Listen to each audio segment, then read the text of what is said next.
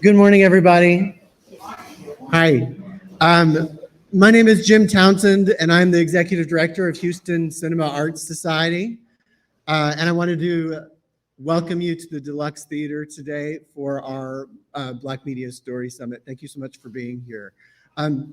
Today's event is part of the wider Houston Cinema Arts Festival. You can check us out on cinemahtx.org or follow us on socials at cinemahtx. Please check out the full lineup of programs that we have for the festival.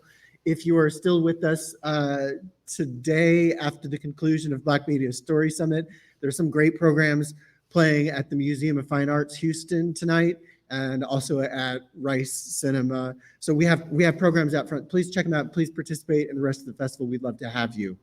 I'm really thrilled to be here and really, really grateful to the Deluxe Theater, not just for being excellent hosts every time we come and want to do something cool with you guys, but for the role that you fulfill in the community. So I'm really, really honored to be a part of the Deluxe Theater. And we are showing a couple of movies here, so please check that in the program too. I also wanted to thank Houston Media Source, our partners for this event and for many things in the festival. Houston Media Source is doing a lot to connect the community with the resources that are going to make Houston a better place for film, for content creators and storytellers. So thank you to Houston Media Source for all of your hard work and for everything they're doing to make this event a success today. I also want to thank our partners for Black Media Story Summit, Black Public Media, and Austin Film Society. And I also want to thank our board, our staff, our volunteers. Houston Cinema Arts Festival has a number of really great friends and really great sponsors, including HEB, Houston Arts Alliance, Black Public Media, Houston First, and the Houston Film Commission. So it's a labor of love doing this kind of thing for the community, and it only makes our community better. I'm somebody, and we're an organization who believes deeply that storytelling matters, that movies can change lives, and that when we come to a sacred place like the Deluxe Theater to share the power of storytelling, we are having a real impact on the community, and it's an honor to be a part of it. So thank each and every one of you for coming out and for sharing this with us. I would like to now introduce Erica DeParina Sugars from Austin Film Society. Thank you, Erica.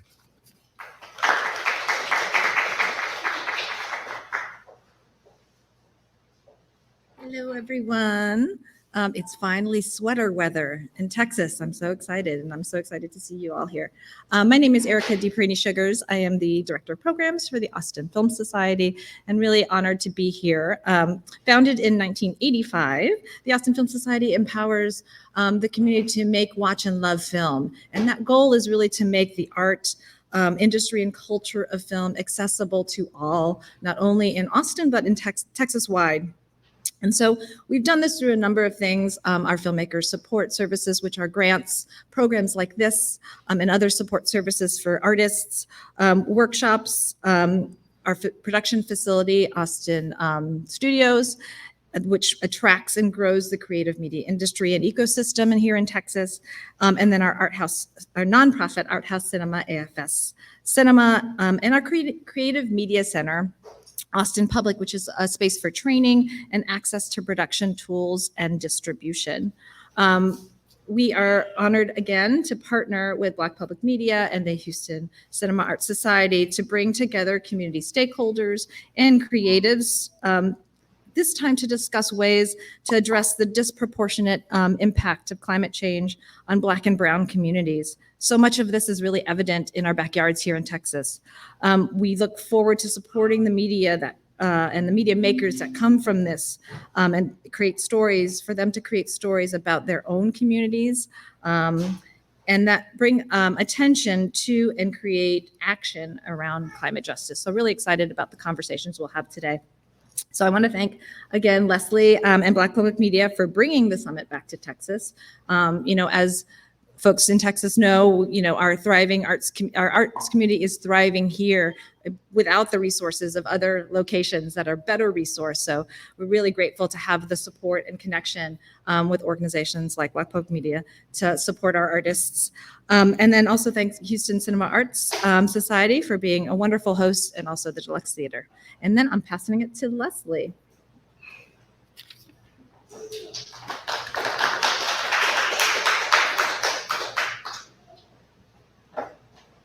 All right. Hi, everybody. Before I get started, I want to just do a land acknowledgement and note that we are holding this event on the unceded lands of the Coahuiltecan and Karankawa Native American peoples. And for those of you who are joining us in the virtual space, I want to acknowledge that many of you, especially if you're in the US and in Canada, you are sitting on unceded lands of the many indigenous tribes of the Americas. Feel free to post your land acknowledgement in the chat.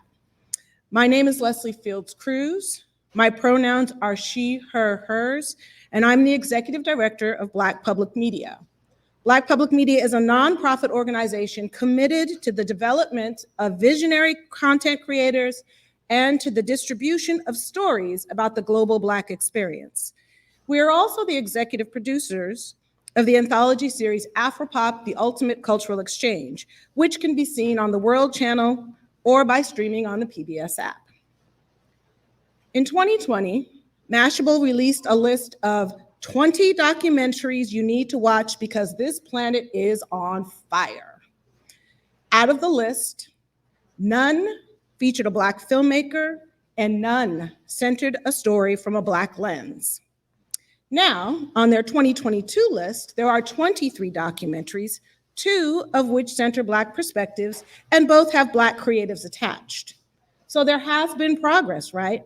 The films are being made, the stories are being told, and especially at festivals like Houston Cinema Arts Festival, where they are providing an opportunity for the community to see these films, they're there. But we must meet the need. We must meet the level of urgency needed to encourage Black communities to engage in climate change awareness and action. We need to make sure that our existing stories reach their audiences and that we support more stories that center a Black experience. Because when the people in the story look like you, talk like you, come from a community that you recognize or a culture that you connect to, then it's no longer just a story.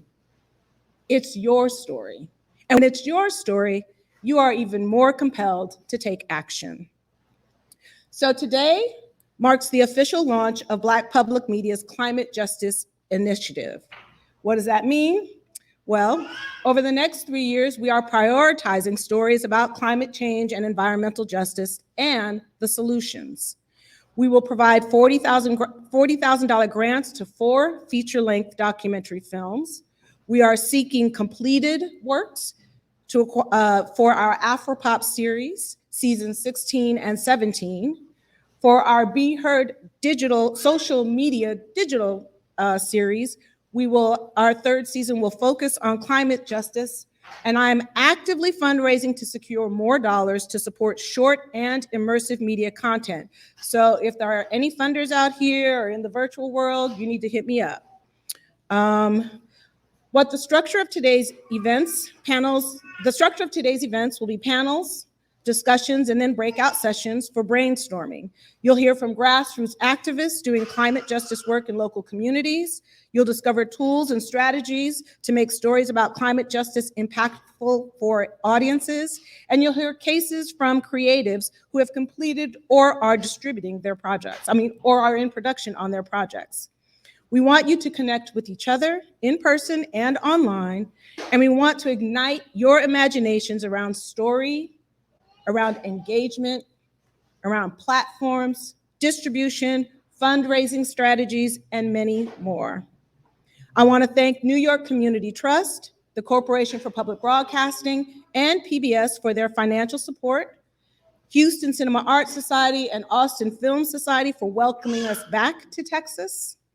To our advisory committee, Willow Curry, Ronald Jones, Dr. Danae King, Caitlin Sachs and Wanja Emily, the Deluxe Theater, Black Heart, our virtual partners, and of course, my entire BPM fam, but especially Ebony Johnson, who's there in the back, wave at Ebony,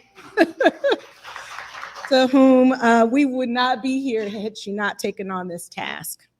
And I also want to, that's it. No, I'm not done yet. Okay.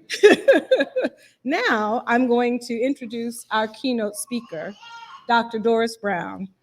Doris Brown, she, her, is West Street Recovery's co-director of community research, organizing and special events. She is also a co-founder of the Northeast Action Collective, and she graduated from HCC with a degree in Human Services Technology and certification in mental health. In 2016, she graduated from the University of Houston with a Bachelor of Science in Interdisciplinary Studies, and she joined the staff at West Street in June of 2020. Please welcome Dr. Doris Brown.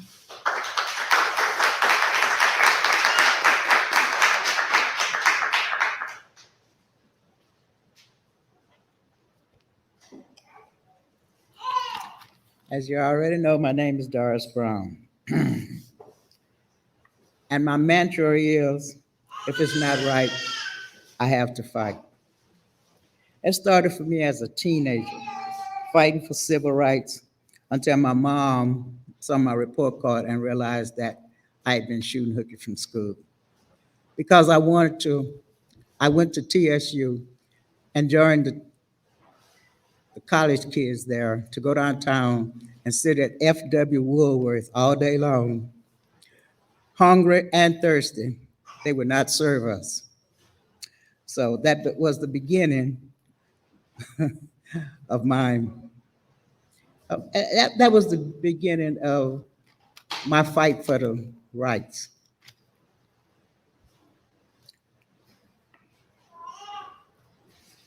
Although I had reached out, I guess I'm a little nervous right now, so let me calm down.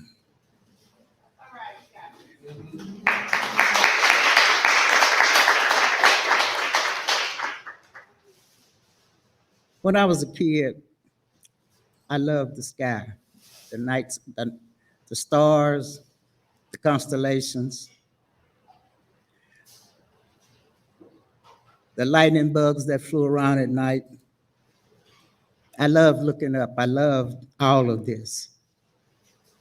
As the years went by and I got a little older, I realized that when you looked up in the sky, you could no longer see the stars, maybe just one star. The constellations seemed to have disappeared. The crickets no longer made noise at night. All of this, I did not realize at that time what it was.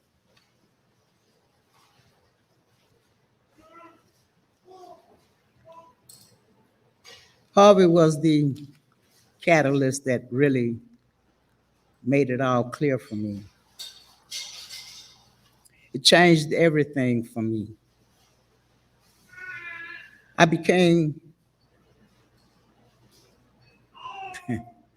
was impacted very bad from Harvey. I almost lost my life in Harvey because of my ceiling fell into my house. FEMA came, but FEMA comes behind disasters to deny us. We in the Black and brown communities know this already, and it makes us angry. I joined West Street in 2020, but before that, I and the members of my community, we just never seemed to recover from one disaster to another. We all got together and we started the Northeast Action Collective, and we came with that name in my garage. We have been fighting a fight for the last 4 years that has been, I'm not gonna say we've been fighting a fight. We have been raising hell about the disproportionate impacts that impact our communities. We were so tired, we were fed up. We felt as though we were being treated as second-class citizens. Our neighborhoods became sacrifice zones. We have all these refineries that emit all this black smoke. We do not have zoning laws here in Houston. And this makes it bad for marginalized, low-income, Black and brown communities that have historically been disinvested, disenfranchised, and discriminated against. In 2018, here in Houston, we had a bond election that had the word that we had struggled for a long time. This was the first bond that said something about equity. In 2020, we realized that the city of Houston and the county did not understand what equity was because we got none. So we filed a Title VI discrimination suit against the General Land Office of Texas. This is an ongoing suit, but this is not the only thing that we have done. We got together and we realized that as long as we didn't stand up for ourselves, no one else was going to do it. We became, I guess you could call us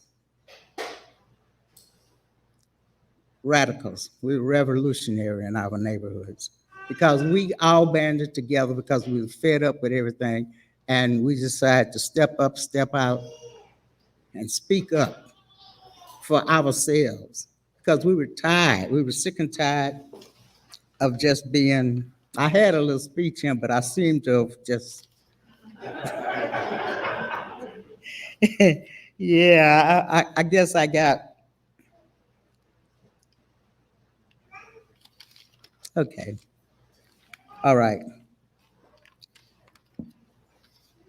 We're going to flash forward here where I developed asthma and COPD. I suppose smoking for 30 years might have contributed to COPD, but the asthma was triggered by the environment. Moving to Colorado for my health did not help. The air was clean and crisp, but my heart still was here in Houston. So I came back, and in 2017, after Harvey, things drastically changed for me and my communities. We had grown tired and frustrated with the system and the historical disinvestment that plagued BIPOC communities. In October 2018, we band together. We officially became a group known as the Northeast Action Collective. The communities that were tired of systemic historical disinvestment, discrimination, and discouraged community that plagued our communities. We did research.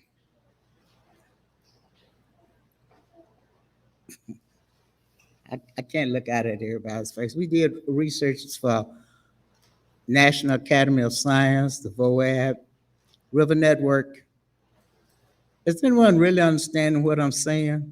Or should I begin at the beginning of my speech? That's what I'll do.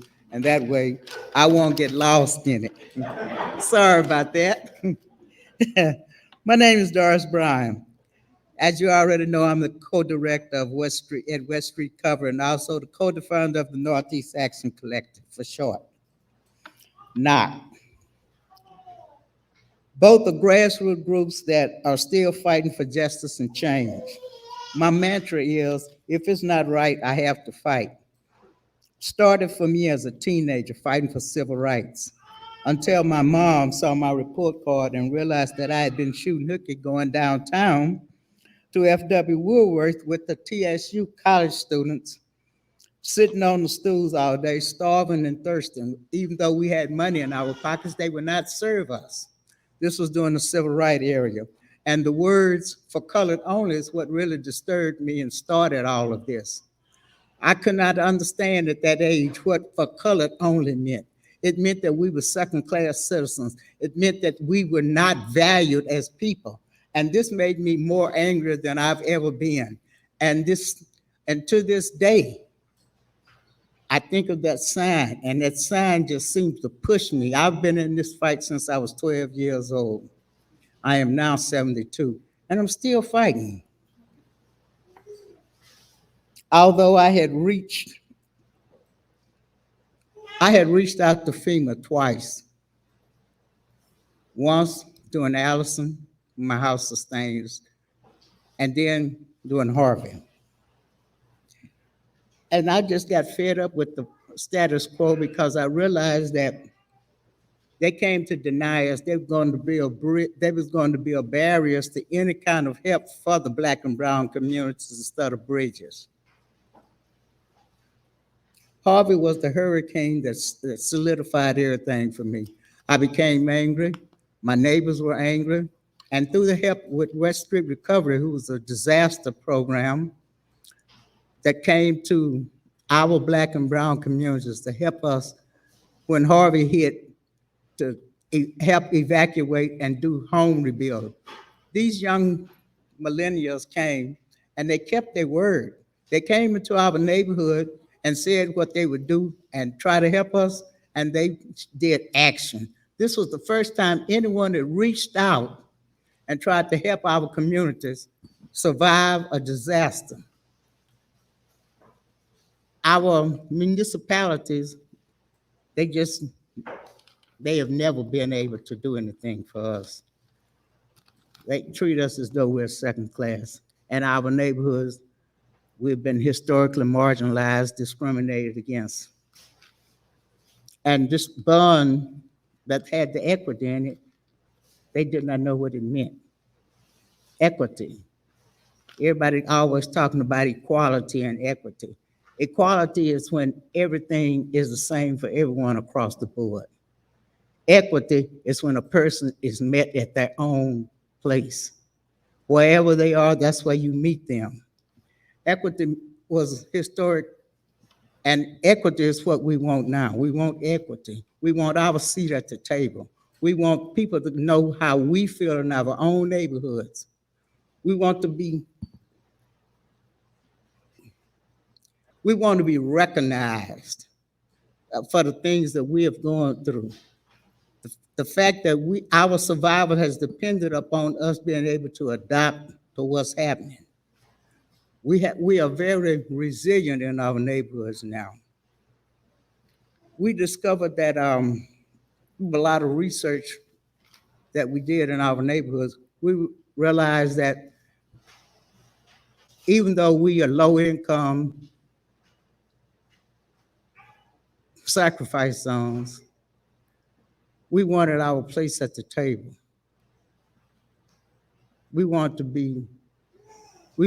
everything to be for us, by us. We were tired of people sitting up in these ivory towers looking at data that was 10, 15 years old, telling us what we needed in our neighborhood, and you have never set boots in our neighborhood. You have never came down to see what we really needed. You never asked us what we really needed in our day-to-day life. We did not matter. They figured like our neighborhoods were expandable. We have a lot of refineries. We realized that these refineries was killing us. Without the zoning laws in Houston, which we came to find out through different research that we did in the neighborhoods, because we did a lot of research for different companies, different colleges, and we realized that we didn't stand a snowball's chance in hell if we didn't step up, step out, and say something for ourselves. No one came to our neighborhoods. Finally,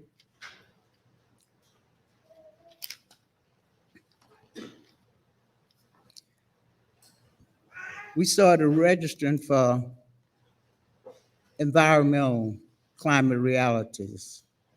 We started going to different meetings that were talking about the climate. We realized that there was an intersectionality for environmental justice that included the health impacts that it was having on our neighborhoods, the economic impact that it was having, and all of this laid us open to be hurt. The impacts that other neighborhoods were not facing, we never,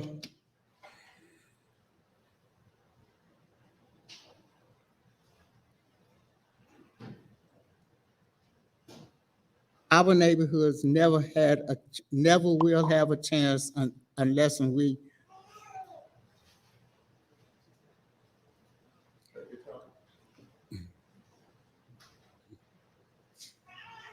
our neighborhoods did not have a chance unless we addressed the health impacts, the economic impacts, and the disproportionate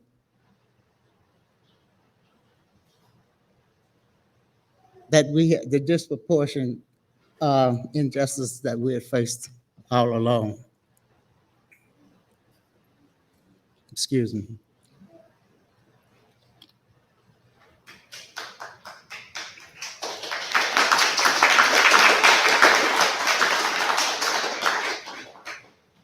We at the Northeast Action Collective, we stepped up and we filed a Title VI discrimination suit against the GLO of Texas, for the simple reason that they have historically disinvested us. They just did not care about what.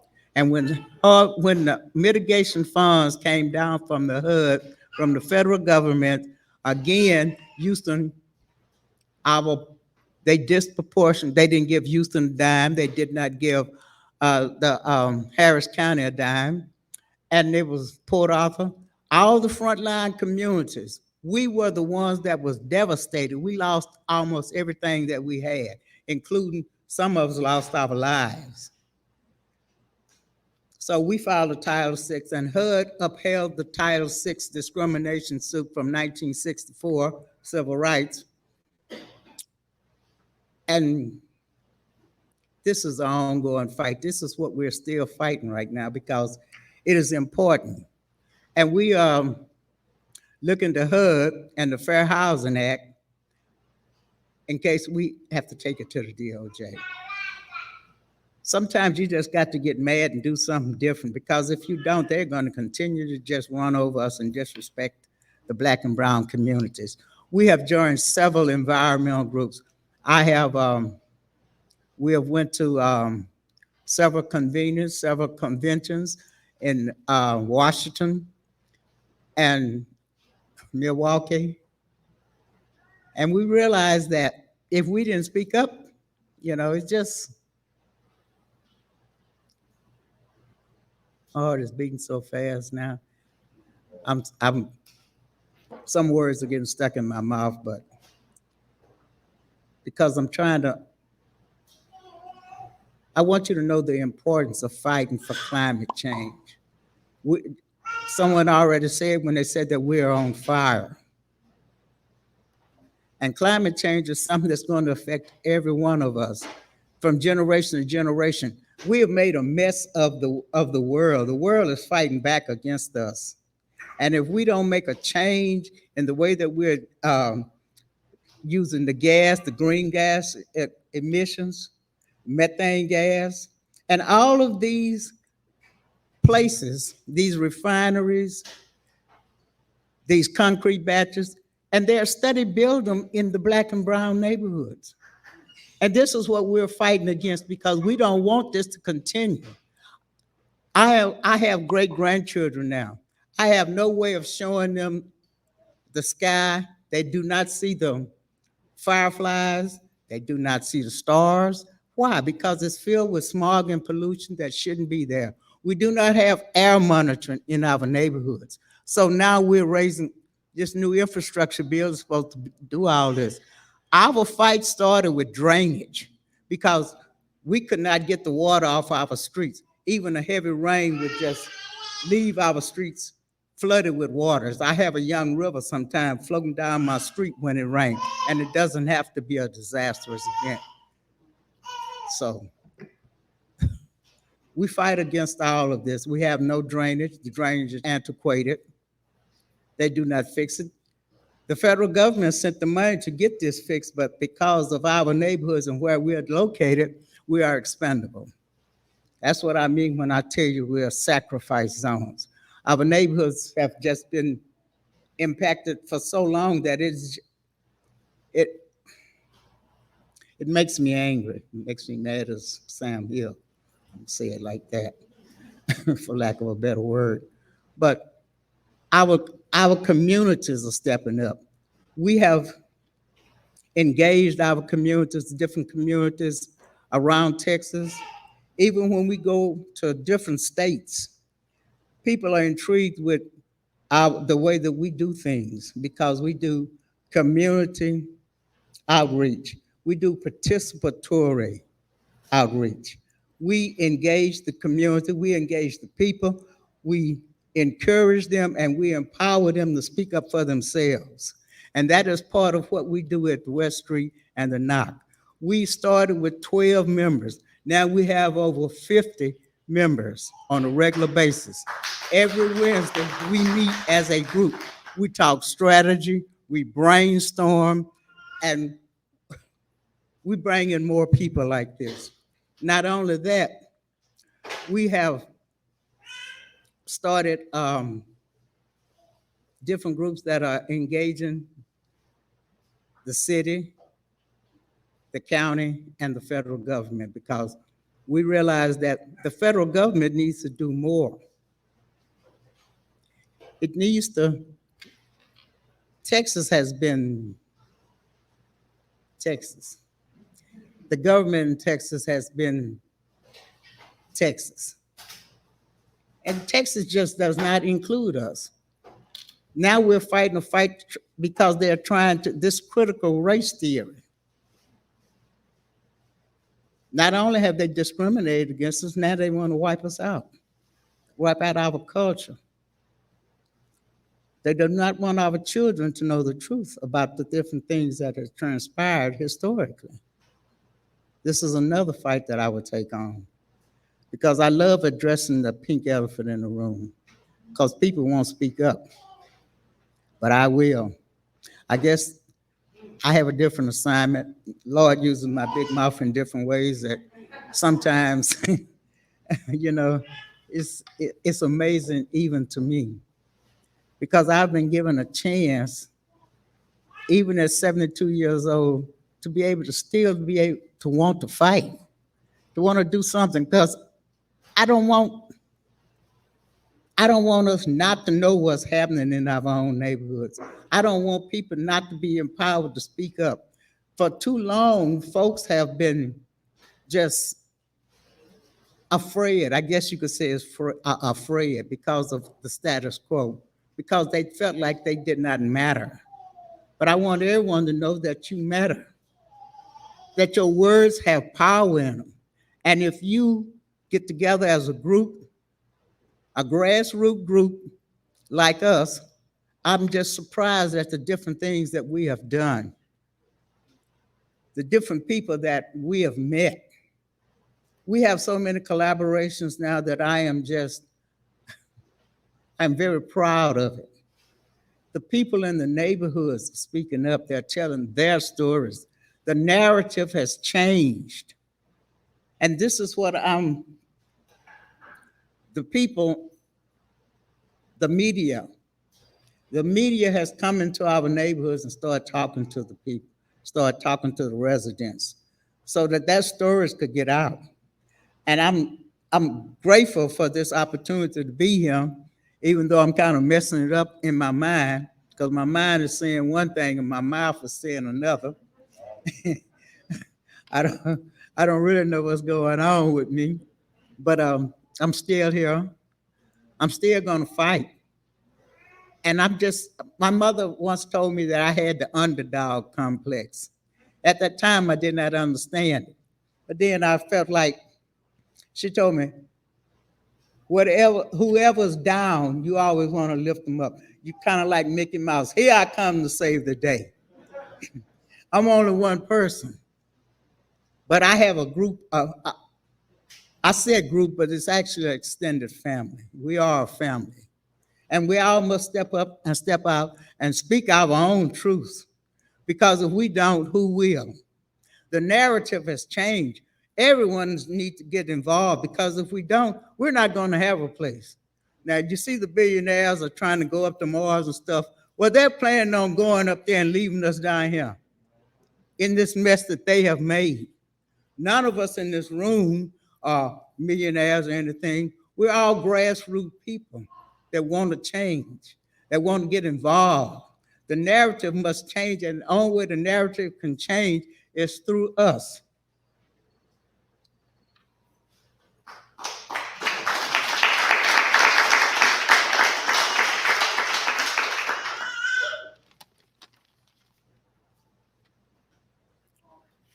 We have did a lot of capacity building. We understand now what environmental justice is. We understand the intersectionality between racial, social, economic, and health injustices, because all of this plays a part in the climate. And if we don't change some of the things that are happening, we're going to destroy ourselves.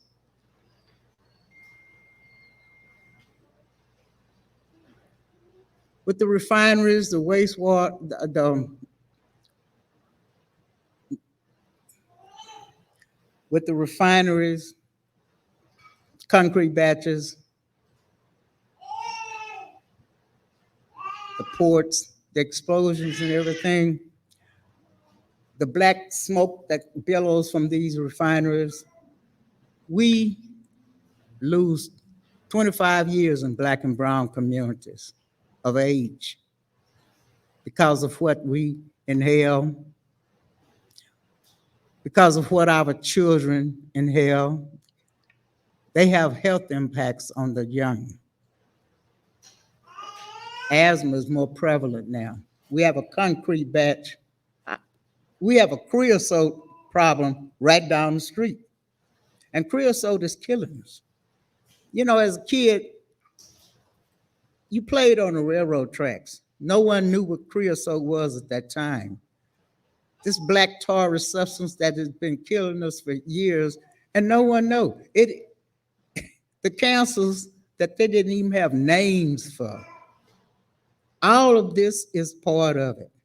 The cars that we drive, the diesel, it is killing us. We must do something. In 1966, President Johnson knew about climate change because the scientists came to him. But in putting profit over people, they have destroyed the naturalness of our world. And if we don't do something about it, if we don't band together, if we don't step up and step out and say something, we're all going. What I'm really interested in is the fact that the young people are stepping up. That will give my old tired bones a little rest. I imagine a world free, a world that's not plagued by smog. Even Colorado now is plagued by a bunch of pollution in the air. We are inhaling stuff that's killing us on a daily basis. And we must do something about it. And the killing part about it is that they knew about this years ago. No one said anything, no one did anything, and now it's at critical mass. We have a lot of polycrisis on all fronts. And this now has turned into a world effort. They are now in Egypt, the leaders of this world, trying to do something about the climate. Dr. Bullard, TSU, the environment, the We Act, the Gulf Coast. The Gulf Coast is slowly being destroyed.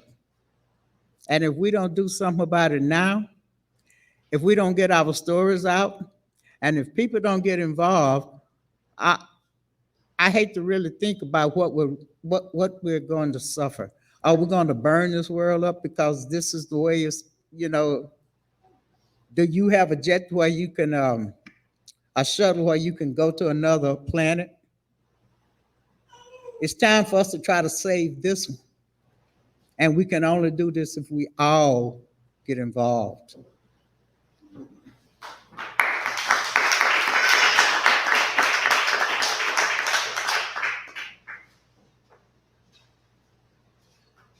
I had the opportunity to go to Egypt, but I came here because I felt like this is where I needed to be, where I need to talk.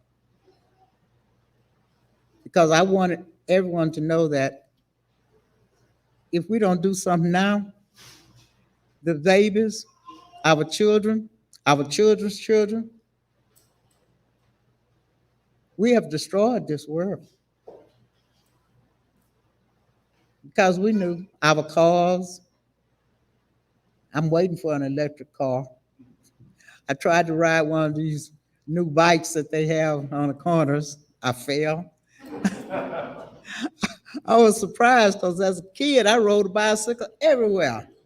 But now these new bikes, I guess I have to teach it myself all over again. My little great-grandkids started laughing at me. Gigi, you can't ride a bike? Gigi can't ride one of these bikes. So, I just want everyone to be able to tell their own story. Because everyone has a story to tell. Because everyone has been impacted by what is going on in this world today. I guess that's about all I have to say.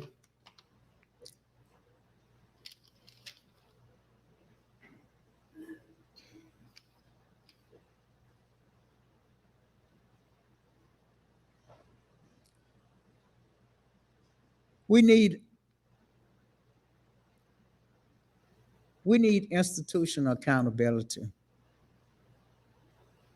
from the people that feel like they are from our governments and our municipalities. We need that transparency. We need to be told the truth about what's really happening, how they are stepping up to fight this. And we still have naysayers that just do not believe that it's going to happen. But they have the money, and they feel like that they have the right. No one has the right to come into your neighborhood and open up something like a concrete batch next to your house, next to your church, next to your children's school. No one has the right to do that. And the zoning laws in Houston or Texas are just ridiculous because it leaves us with no protection.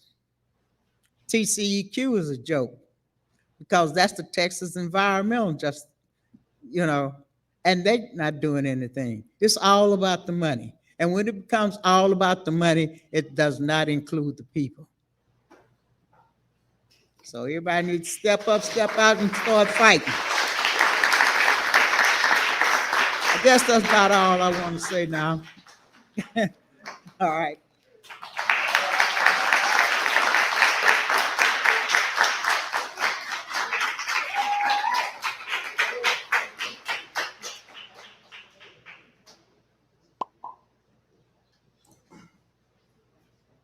Hi, I'm Candace DeMuzza. Can we just give another round of applause for Dr. Doris Brown? Thank you so much. I just have to say I was very moved by what you shared because I think a lot of time, I'll speak for myself, it's easy to look at these issues and to kind of look at them like victimless crimes, right? Victimless issues. And you just like, oh, there's the climate's getting hotter.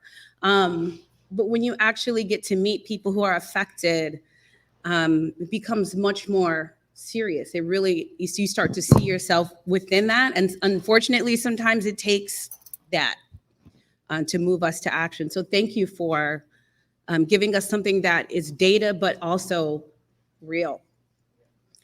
So we're going to move into our first panel.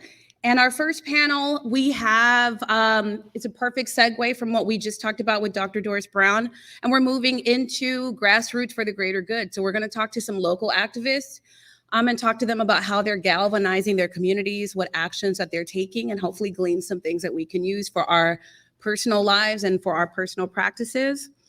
And I'm gonna introduce our moderator. And Doris, I think you can join us here, and Jason, once you're mic'd, you'll be here.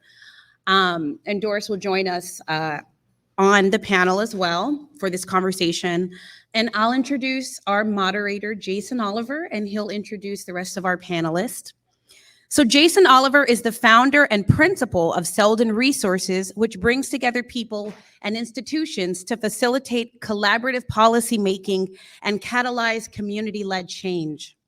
As an organizer with the Imagine Noir Equity Group, he works alongside artists, academics, technologists, and educators, building abolitionist learning spaces through which we might imagine and create more equitable communities where Black people can thrive. An avid supporter of the arts, Jason works with Black Lunch Table and Art Plus Feminism to fill gaps in contemporary art history through Wikipedia edit-a-thons. Jason is a Detroit native and an alumnus of Yale University. Thank you, Jason.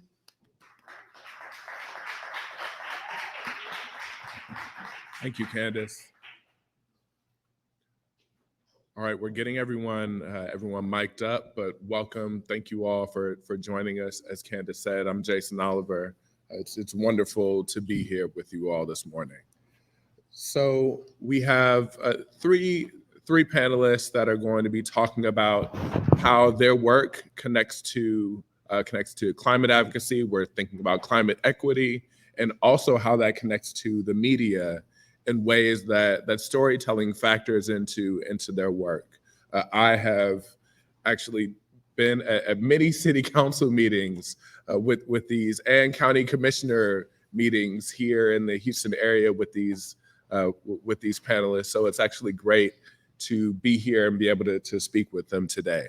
So I'll let each one of them introduce themselves and talk about first your name, pronouns, organization, and then if you can tell us a little bit about what is your vision for the future that you're fighting for, right? So name, pronouns, organization, what are you actually fighting for? Let's start with Uyosa. Can everyone hear me really well? Good. Hey y'all, I'm Uyosa. I'm 24. I'm a couple things, but I grew up here in Houston, in Southwest Houston. I stayed here my entire life. Most folks call me an organizer because that's what I do a lot, but what I get paid to do, or what I used to get paid to do, it's a long story, is development and operations of Shift Press, youth media organization, really Houston's first youth media organization that helps young people move power through story sharing and education. So that looks like our newsroom, where young people range from 14 all the way to 24 write about power as they see it here in Houston. And on the other end, also educational programming that is for young people and adults in high schools and outside of high schools and nonprofit organizations. So that's what takes up a lot more time for me. But that's a little bit about myself. I think I can talk for a little longer than and talk about what are you actually fighting for? So yeah, so we're really here. We see our work as infrastructure. A lot of people don't really talk about media as what it is. It's thinking about what Ulf Hanners said. Imani Perry is the only reason I know about Ulf Hanners, but he said that media is a machinery of meaning, right? Through this infrastructure, we get to understand the world around us and consequently ourselves, right? And we're really here hyper-focused on young people's agency to story share, right? Because truth of the matter is the media ecosystem and the information ecosystem, I can speak for locally, and I feel very comfortable speaking locally, is adultist, right? It is extremely antagonistic to youth, whether they're organizing or they're just chilling, right? And we can talk about the various ways that they are. So we are really interested in making sure that every young person has agency to story share. And that a lot of that agency is dependent on creating the infrastructure that we're building. Thank you, Yosa. Doris, you can share your name, pronouns, organization, and then tell us about the future that you're fighting for anyone who may have missed your amazing keynote. My name is Doris Brown. My pronouns are she, her, hers. I'm a co-director at West Street Recovery of organizing, research, and special events. I am also the co-founder of the Northeast Action Collective. We are both grassroots groups, nonprofits, and we fight for justice. We have disaster recovery. We started out as disaster recovery. Now we're fighting for justice across the board for ourselves and our communities. We have historically fought at the different municipalities like the state and the county, and we went to the federal government trying to get change and policy changes. Across the board, we just want justice, environmental justice. We want not to be discriminated. We want our neighborhoods to have different infrastructure, because the infrastructure in our neighborhoods is just antiquated and it does not drain. We just want to stop flooding. We want people to recognize that we are an entity, we're here, and we're just not going to go away, because we want justice not only for us, but for everyone. So I guess that's it for me. Thank you. Next up, Mr. Brown. Yeah, my name is Stephen Brown. No relation to Doris Brown, Yeah. although I do feel like we are kindred spirits. First, let me just, by my math, you said that you started working at 12 and you're 72 now. So by my math, that's 60 years of advocacy, hard work in the fields, doing what's needed for the community. I want to say thank you. Let's give her another round of applause, please. That is just amazing. And thank you for all your hard work. And thank you, Candace, for putting this together and allowing me to share as well. Appreciate it. My name is Stephen Brown. I am from Southwest Houston as well. Oh, what's up? Southwest Houston's represented. We could have carpooled maybe. save on gas. Yeah. I actually wear two different hats. So by day, my job is to allocate resources to organizations throughout the country that are working primarily in the realm of fighting gas exports, which is a huge problem in the Gulf Coast area in particular, considering that these export facilities are typically located near environmental justice communities, and just layer on the cumulative impacts of pollution and emissions in those communities. Not to mention the methane gas that's released from these facilities are significant. And if we don't do something about it, we will never reach or hit any of the 2030 or 2050 goals that are being set by national, international leaders, like the folks who are meeting at, in Egypt today. So that's part of it. And then the other part of what I do at night is that I'm standing up the state's first nonprofit Clean Energy Fund, which will invest in clean energy projects in low to moderate income communities, focused on single family homes, getting them retrofitted for energy efficiency and renewables, apartments, nonprofits, helping to accelerate the pace through which the clean energy economy impacts everybody, right?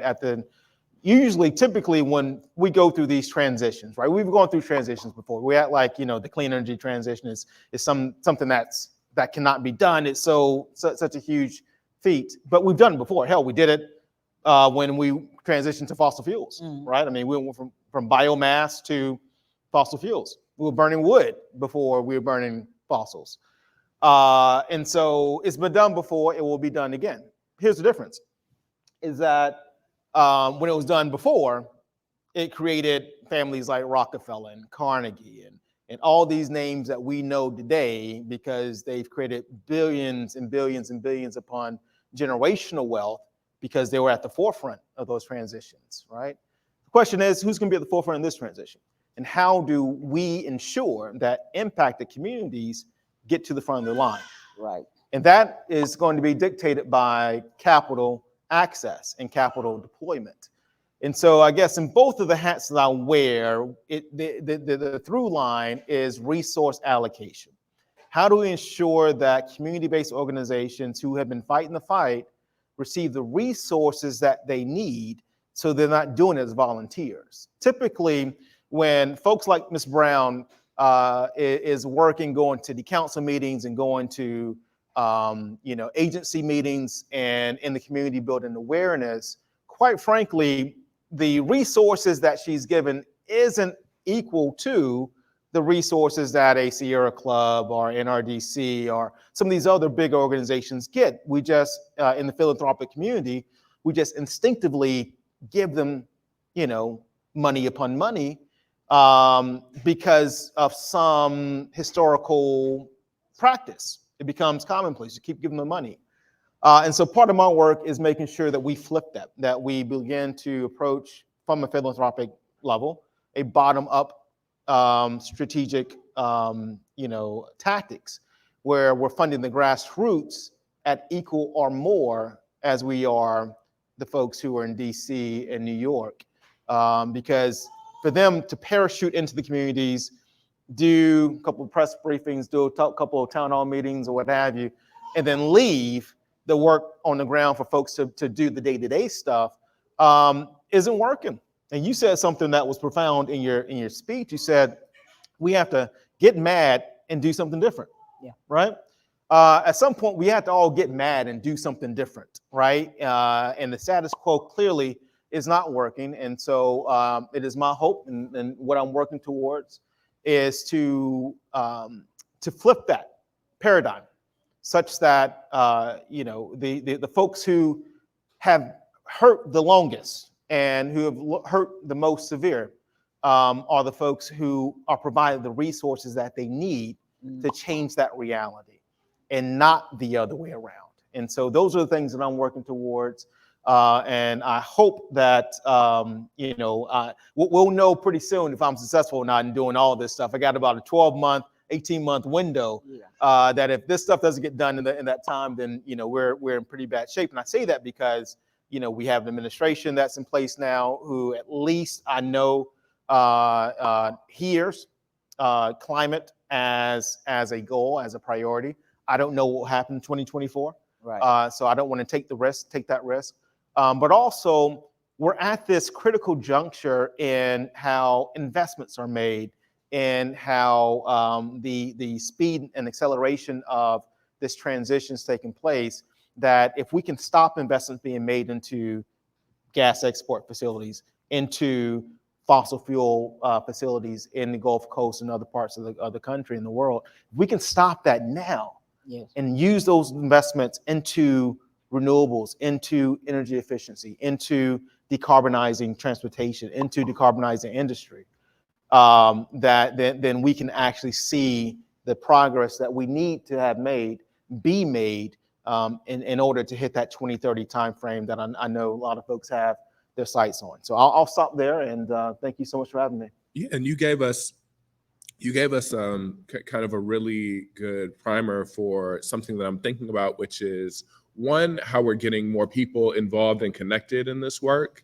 and then two, there's a question of, because this affects all of us, right? Especially when we think about where we get our energy from, right? That affects literally every part of how we move through the world. Mm-hmm. So my question is, how are you creating a sense of urgency with your friends and neighbors, and then separately, how are you creating a sense of urgency with those people who are elected to represent you and act on your behalf? So let's start with Ms. Brown. With me?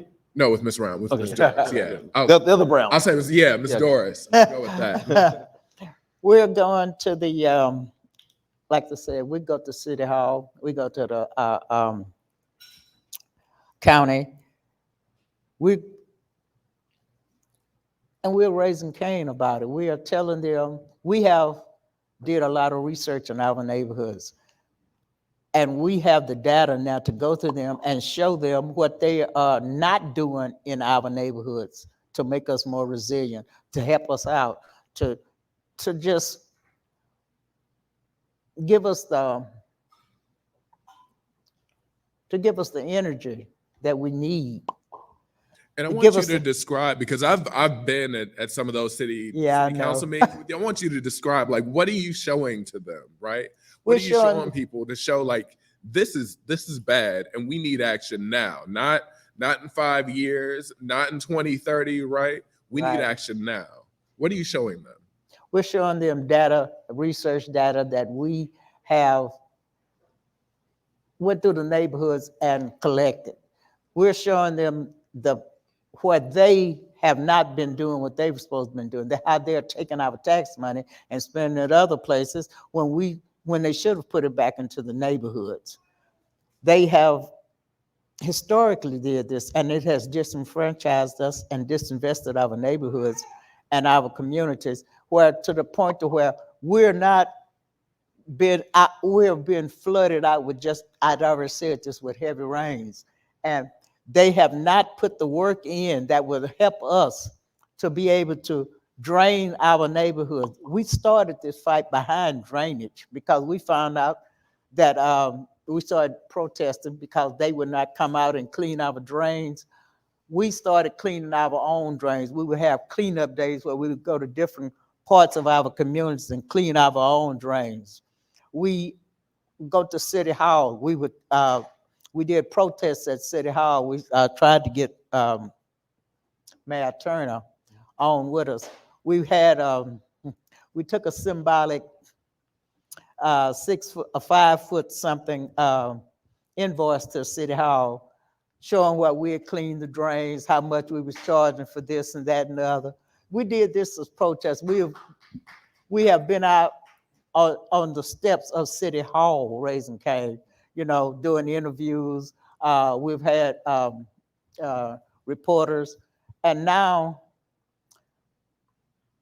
we have yellow shirts that we wear with Northeast Action Collective. So when we show up at City Hall and we show up at Commissioner's Court, they know that we are coming to raise Cain. We know that we know what they are not doing. So we're coming to try to get them and give them a sense of urgency of what we need in our neighborhoods. We just fed up with the way things were happening and the way that we were being disinvested. So we just show up, and when we show up, they know that we're coming for trouble. We tried to do an amendment where we could get more money. They keep saying that they do not have money to do our neighborhoods. We go to the county because the county, with this equity bond that passed, we found out in 2020 that no work was being done in our neighborhoods because the money was short. They were counting on the federal money coming down. Well, then the $4.5 billion that we voted for, you should have addressed the worst first. And we are the worst first because, no one has been investing in our neighborhoods. And this got us angry, and this is. Yeah, that's what yep, I've definitely seen it coming there. The Northeast Action Collective coming with their signs, showing pictures of the ditches, saying, like, the debris and things that have been in there for years, right? Right. Since storms, years past, showing this used to be the city's responsibility, and then you all just decided to ignore it, right? Buyosa? Yeah, I appreciate the question because I think about the fact that what we need in order to get active is to know that something's happening, right? Like, even if you see it happening, but you don't know the reasons why, it doesn't encourage you to do anything about it, right? Unless it's like immediate crisis, and that's probably the worst time, right? At that point.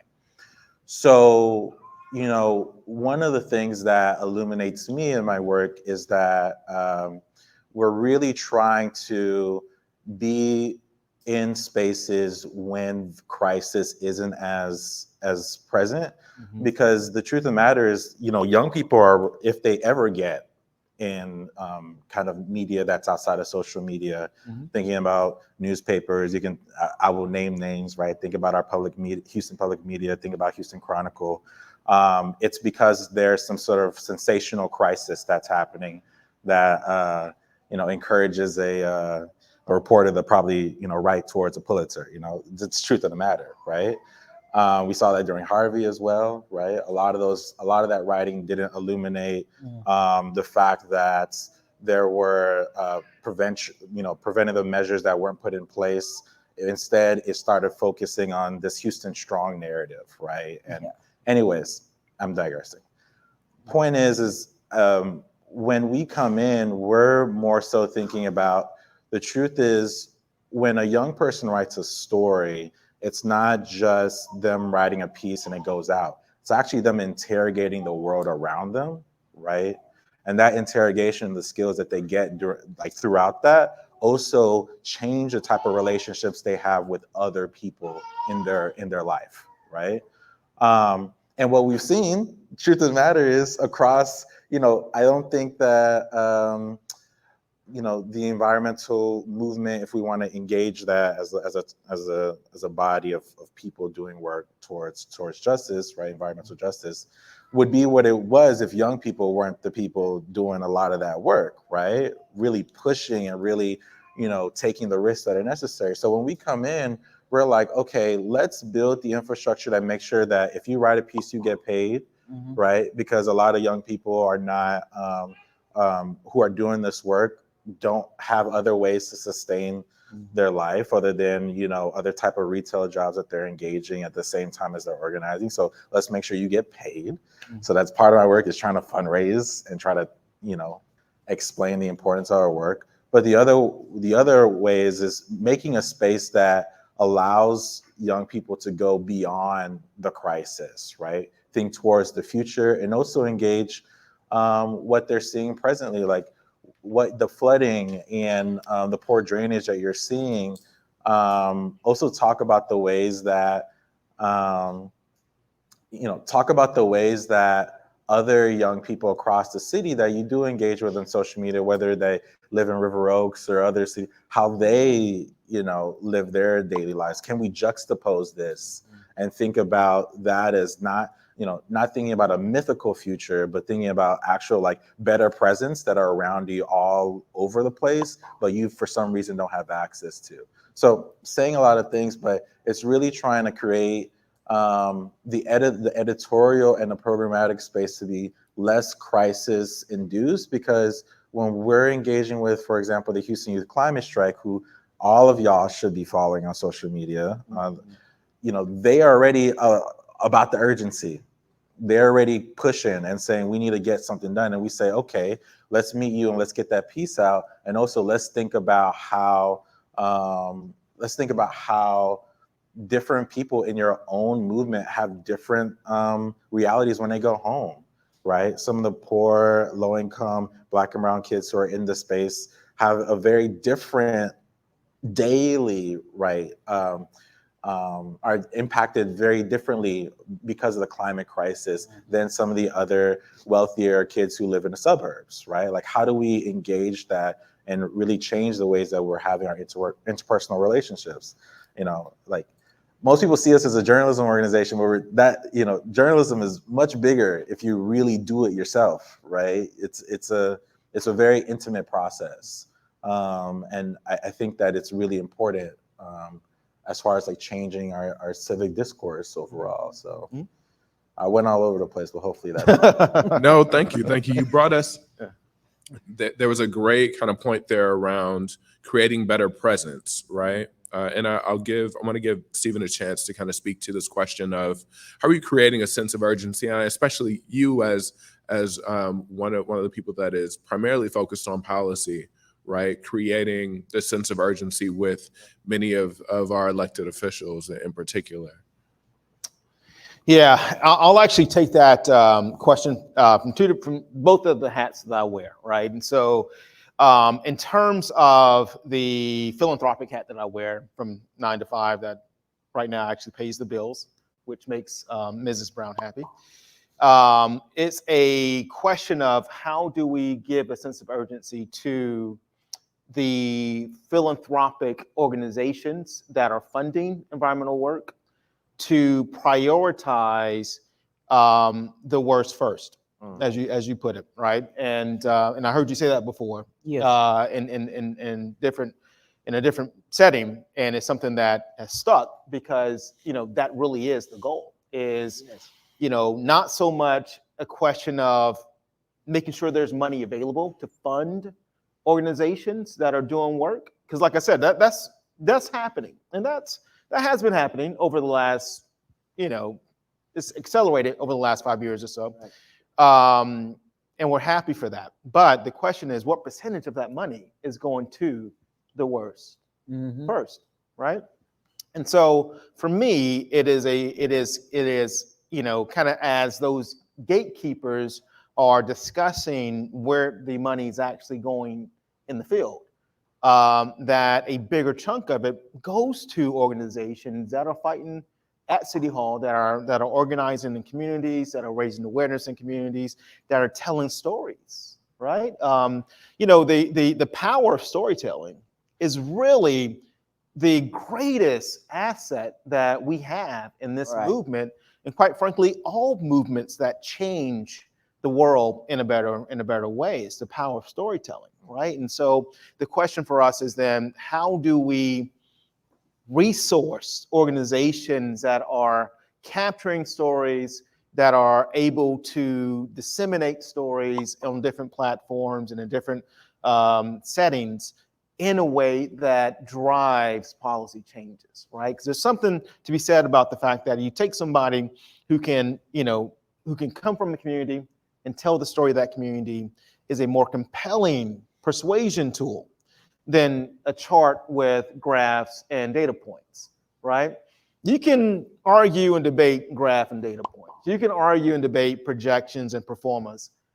You can't debate someone's experience, someone's lived experience, right? And so there's no tool in the public agenda setting world more powerful than storytelling. So on the one hand, the question is, how do we ensure that the billions in philanthropic dollars that are being spent in justice, environmental justice, energy justice, is actually going to the communities who have the stories because they're living this reality on a day-to-day basis? That's the first thing. On the second thing is, with my Clean Energy Fund of Texas hat, Congress passed IRA in August, and the president signed it in August, about $300 billion in that bill itself, right? There was another infrastructure bill that had some more funding for environmental causes. But in the IRA, because it's just been passed, we're in the process now of deploying that $300 billion. And when we say IRA, we mean the Inflation Reduction Act. The Inflation right? Reduction Act, Yeah, exactly. just to make sure. Yes. And so within it, there's a $300 billion, and that's being deployed now through different agencies: DOE, EPA, DOT in some cases, HUD. So that's energy. I'm sorry. Wow. transportation, Yeah, right? that's a whole alphabet Development, soup there. right. I apologize Yep. for that. So energy, EPA, Environmental Protection Agency, Transportation, Housing, and Urban Development. All these agencies are responsible now for creating impact as a result of that $300 billion that was passed. Part of that $300 billion is going to go to EPA, Environmental Protection Agency, through what's going to be called this formation of a national climate bank that will be used to provide affordable, long-term, patient capital to build an infrastructure for green improvements everywhere, right? And what's exciting about that is that we know that if we were to put solar on rooftops, or if we were to, retrofit homes with energy efficiency and resiliency measures, that reduces the amount of money that it would take that family to pay their energy bills on a month-to-month basis. I say that because in Texas, there are 4 million families in Texas alone, 4 million families that suffer from a disproportionate energy burden. And what that means is that 6 to say 20% of their income goes to just paying their energy bills. Imagine that. 6 to 20% of their income goes to just paying their energy bills.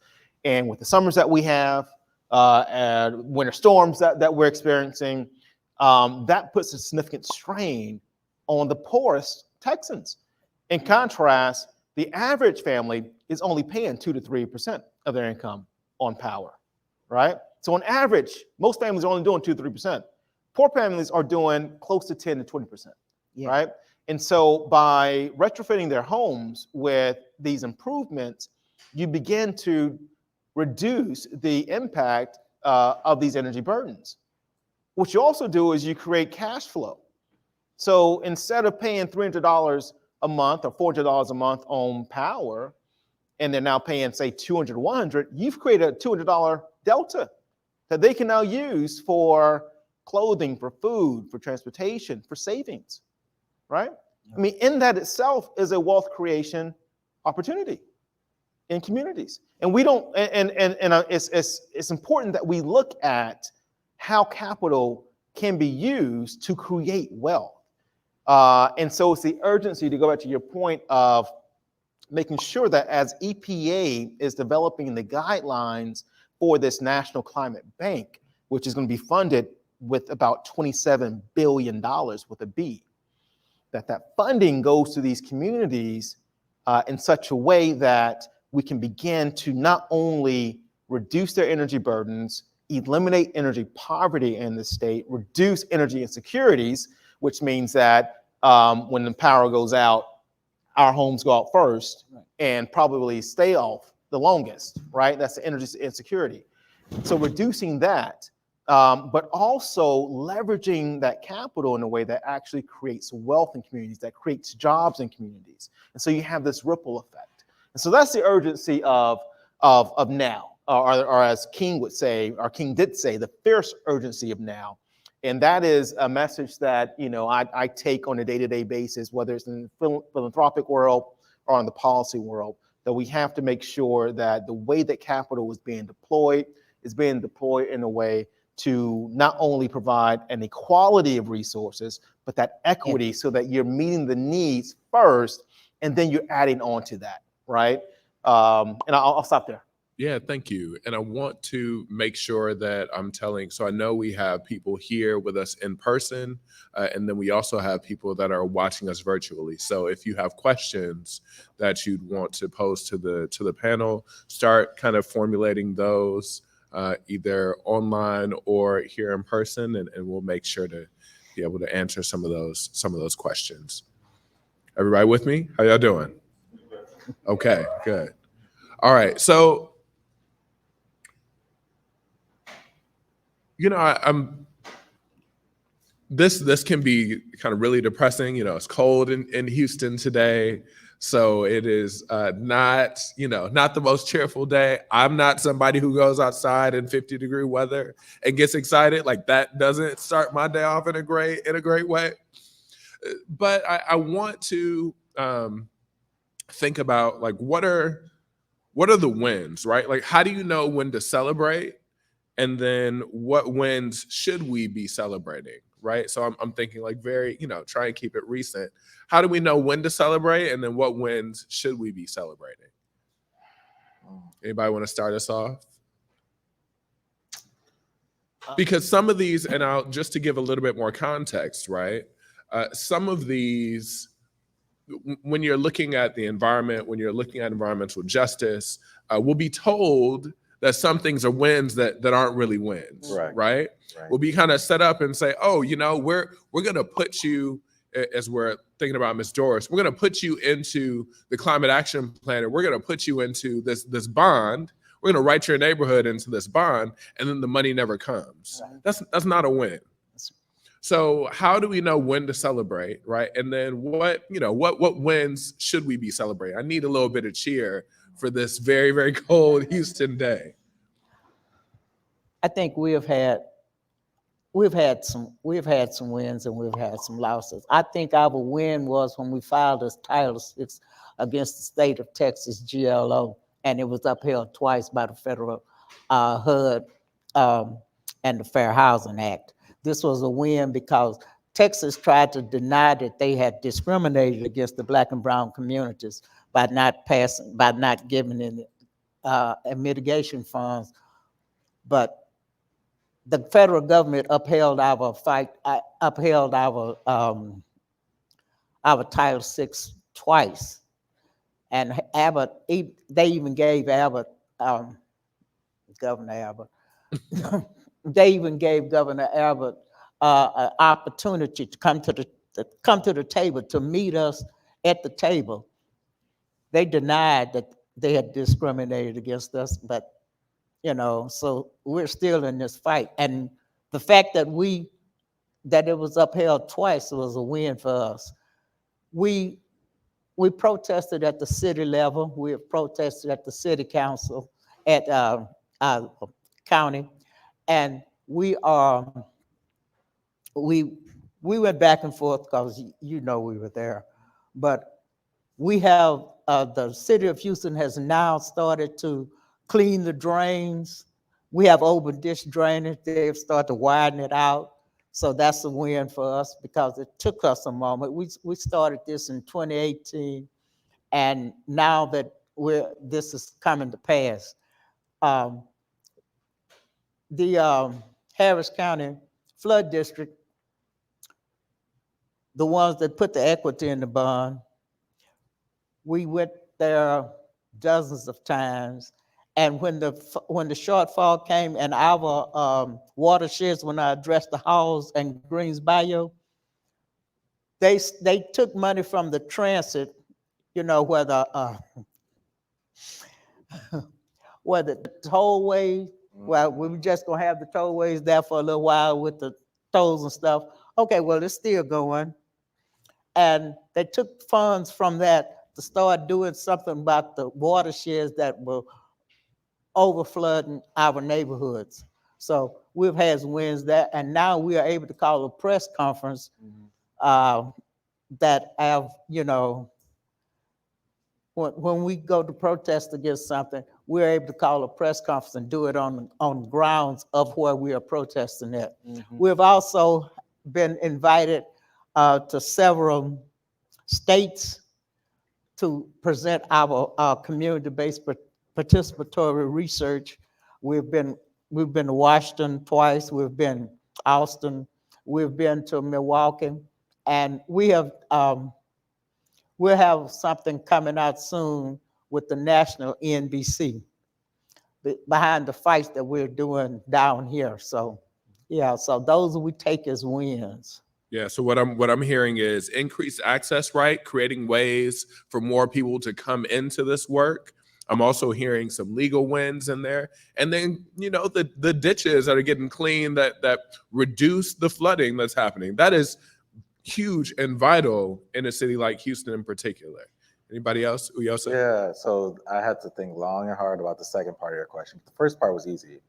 Every single time there's a piece published, it's a win. I go in the Slack channel, I'm like, new piece. Everyone's like, oh yes, and people are excited to read and whatnot. Every piece is a process. And follow Shift Press on yes, social media. Yes, Uyosa sends me the articles, so I make sure to see them. So I appreciate that. Yes, and for every piece that you see, there are about 5 that haven't been completed or a kid put down or is going to pick up a year from now. Right? So there's a lot that's going on in the background that seeing, I'm normally on the development and operations side, but sometimes I get to peek in and see the process, the editing process. And it's just a wonderful, chaotic, but also exciting kind of position I get to be in, to see a young person kind of like really try to figure something out. And then I guess for my own personal work, it's whenever I get the money that's necessary to pay the kid and pay everybody else, because that's a hard thing. It takes roughly about $300 to get a piece up, right? The cost that it takes to pay the young person, the photos that are necessary, and then the staff, right? So that is always an uphill climb to make happen. How we know that we should be celebrating? So I come from a really long, probably about 10 years or so. I started organizing when I was around 15, so in high school. So I've seen a lot of just BS that people kind of say are wins. But I will say generally, I get really excited when I see an increase in the ability for us to come together, figure it out, and then make decisions based off of that. And those decisions get to stick, whether or not an elected official, has somebody in the background. Because I think we just came from, we literally just came from an interesting election time, right? Where everyone, and I get a lot of heat whenever I talk like this, but a lot of people are like, democracy is on the line, like save our democracy. I always ask people, well, what do you mean by democracy, right? Because if you're talking about like vote, that's one thing. That's cool. We can discuss that later. But also the fact that when Doris and folks go to City Hall and Mayor Turner pretty much has the unilateral decision to decide whether or not something is put on the agenda, and all the other city council members are just kind of there groveling at his feet. What are we talking about when we're saying democracy, right? So I think that I'm really excited, and I just want to plug, we need to change that charter, right, to increase all the other city council members' ability to help us self-determine in our communities. So my point is, I'm really careful on, I think those infrastructural changes are ones that we should really be celebrating, because those are more long lasting and those have more effects to generations that are not even here and present, rather than the small things that help us. I work in an industry that's full of a lot of shallowness, right? Like get someone on the front of a poster and then that's a win. And I don't think and I think that needs to be challenged a lot within the space. So I know that wasn't extremely exciting and happy, but no, hey, as somebody who started my career working primarily in education, I think it's really, we talk a lot about youth voice, right? And then we'll put like a kid on a board or something, but they don't have any voting power, or like we'll put together a youth advisory, blah blah blah, but it doesn't stick in terms of policy. So when you see an organization that says, here we are creating direct avenues for young people to share what they want, right? And actually to create the systems that will keep those types of recommendations acting and shifting the way that the power is distributed. You hear the same thing coming from Doris as she talks about going to these meetings, right? Shifting what is actually being done in our communities so that it's helping people, right? Helping the people that we say we are trying to serve. Stephen, did you have something that you wanted to share in terms of how we know that it's a win and what you want to celebrate? Yeah, and I'll try to be quick. I do believe that the Inflation Reduction Act was a huge win, right? We're looking at a 40% reduction in greenhouse gas emissions by 2030. That is no small feat. And that was an incredible job by our Congress and our administration in order to make that happen. But I think that to your question, how we measure that is the true success and impact of it is through one, implementation, right? So the key is making sure that what's in it is implemented with the intent that the legislators defined it for as, right? So we're going to make sure that the legislative intent continues through the implementation process, and looking for opportunities to fund the implementation of that piece of legislation appropriately. And then the second piece of it is going to be trade-offs, right? So in all of life, there are trade-offs. In all of business, there are trade-offs. And in all of government, there are trade-offs. And by government, I mean legislative part of government, the legislating part of government. There are trade-offs, whether that's the city council or in Congress or state legislatures. you know, we have to make sure that the trade-offs that are being made aren't being made at the sacrifice of our communities. And far too often, there are wins, but then there are trade-offs that follow those wins that impact us first, and sometimes even exclusively us, right? And so Sacrifice zones, right? We heard about sacrifice zones earlier. Right. So, you know, as we go through these winter months, and we're going to have a lame duck session, and I don't know, you know, what's going to happen in a couple of weeks in terms of the Senate and the House. But what I do want us all to be very mindful of and cognizant of is the fact that, you know, we had IRA passed in August, and then a few weeks later, there was an announcement about this other bill that was going to speed up permitting for fossil fuels. Yeah. As a tandem to IRA. It's crazy. Right? And so you have a win, and then you have these trade-offs later on. And so we don't know if IRA is a win or the extent to which it's a win until we know whether or not we can beat these trade-offs.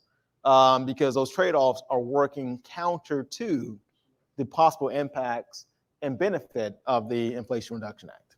I do want to name something that, you know, that word sacrifice is really interesting, because I think one of the things that hint at a moment of celebration is whenever billionaires are in pain, really. Because the truth of the matter is that the proliferation of billionaires in our society is really narrowly because of more sacrifice that's taking place. And I think that, you know, when we talk about self-determination and the ability for us to decide where our money goes and how it's used and how our resources are used, it's dependent on, you know, less folks having unilateral decision-making power over us. And a lot of those folks are billionaires. If you see what's going on with Twitter, you know, and he stopped Twitter Blue because he was real scared about people you know, using Elon Musk using his identity. That was exciting to me, particularly because Twitter has been the most important space for Black and brown people to organize themselves and get their voices heard, because traditional media would not engage. So I got really excited about it. I was like, let's celebrate this. He had to thwart several billion-dollar plan because a couple of us made memes. That's pretty impressive. So I think that I do want to encourage, you know, I just wanted to point that out because I heard the word sacrifice. And so we'll move into Q&A, and let's see. So I'll take the first question. Go ahead. Yes, my name is Bilal Motley. Here from Philadelphia. I didn't work on Philly here. I don't want to. The Eagles doing well though. The Eagles, yeah, y'all doing good. With the Houston quarterback. Yeah. So I'm a documentary filmmaker and former oil worker that for years making my great money, I turned a blind eye to what was going on in South Philly. So in 2019, we had a giant explosion that could have been America's Chernobyl. And I had enough. Like the way in the refinery they were talking about people in the community, that's my family we're talking about. That's my sister, my mother, you know. So I spoke up. So what y'all are doing, you know, is important. Every article you write, every meeting you attend, everything, funds you allocate is important. You know, I received death threats. I thought we were a family, thousands of us in the refinery. They don't speak to me anymore, but that was worth it. So my 2 kids can know where I stood, because I started to learn more about climate change. So I don't care about that money today. I mean, it was great money, but what's more important to the people in the community? If they don't want the refinery to reopen, which was in the balance in 2019, then it shouldn't reopen. You wouldn't put it in Lower Marion, which is a rich suburb where Kobe's from. You wouldn't put it there, but you wouldn't put it here. So what you're doing is important. Thank you. I'm just here to say there are wins. So whatever you're doing, every article, every meeting, being on the inside, they don't like any outside agitation. Yeah.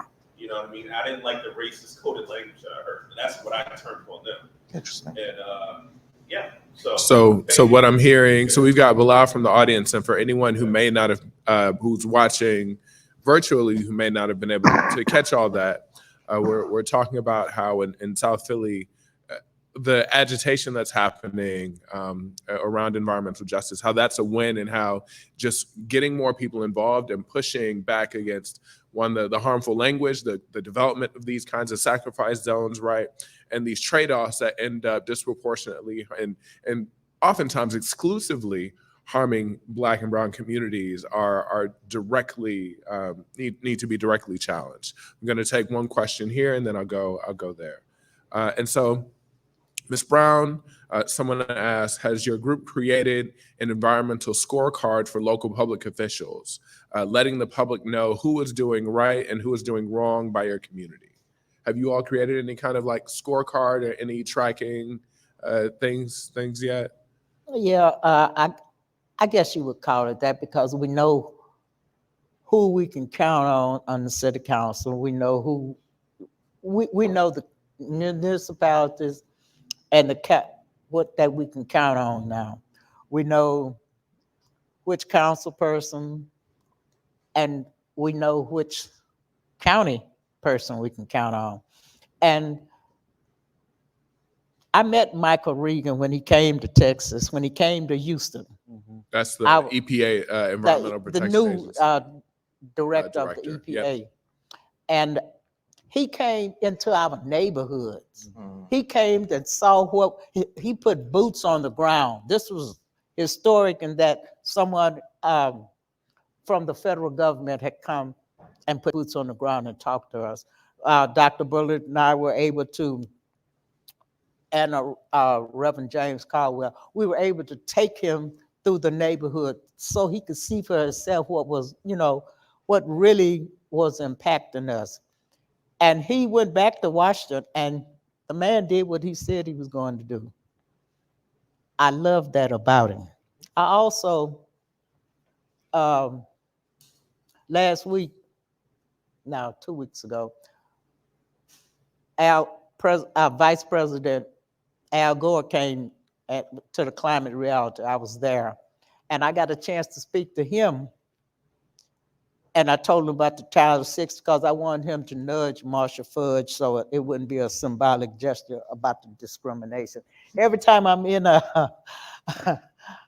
I'm in a space where I could feel like that I could talk to someone, relay our message, and get some feedback that's going to be good and relevant to what we need, I speak up. So what I'm hearing is yeah, I want them you to have an know. idea of where some of these politicians are standing, not a specific scorecard that the public has just yet, but definitely those conversations are happening about who can be expected to support these types of initiatives. We have time for 2 quick questions. We'll go to you. Go ahead, and then you. Your story is so personal to me. I grew up in Northeast Houston. I didn't know you were going to be here. I just recently started hearing a little bit about what's going on. So the reason why it's personal to me, I'm sitting back and I'm listening. My mom passed away from leukemia. And the type of leukemia that she had, they kept asking us, is there any way she was close to refinery? What was her environmental exposure? So when she was sick, we didn't even know half of that stuff that was going on.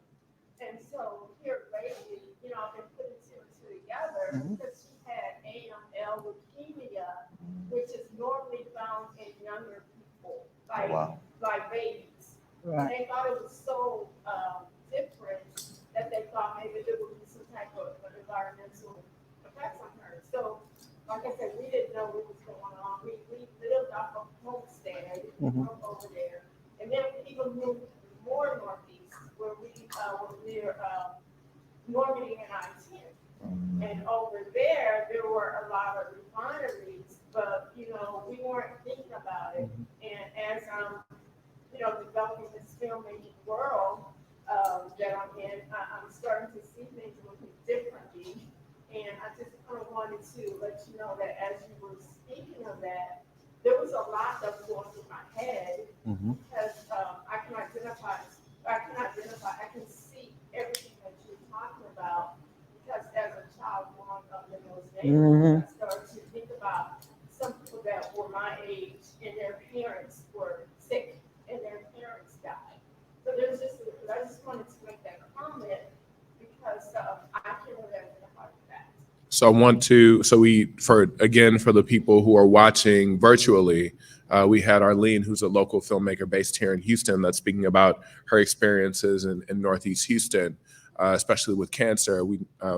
Some of you may know that we are in Fifth Ward right now. Fifth Ward is perhaps known one thing for having a cancer cluster that is still a significant issue in Houston. So you'll hear people talking about Sandra Edwards is one person who is talking about how you'll see so many people on her street that have died of cancer, right?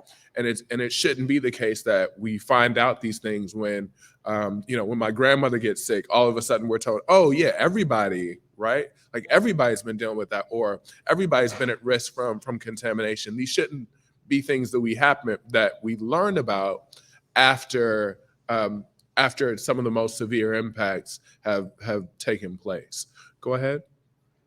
Hi, my name is Sean Harris. I'm a local filmmaker and film competition director. My comment is more so on like the individual level, and I'm not giving up, but I'm tired. I'm tired of washing plastic and try to bring plastic into my home.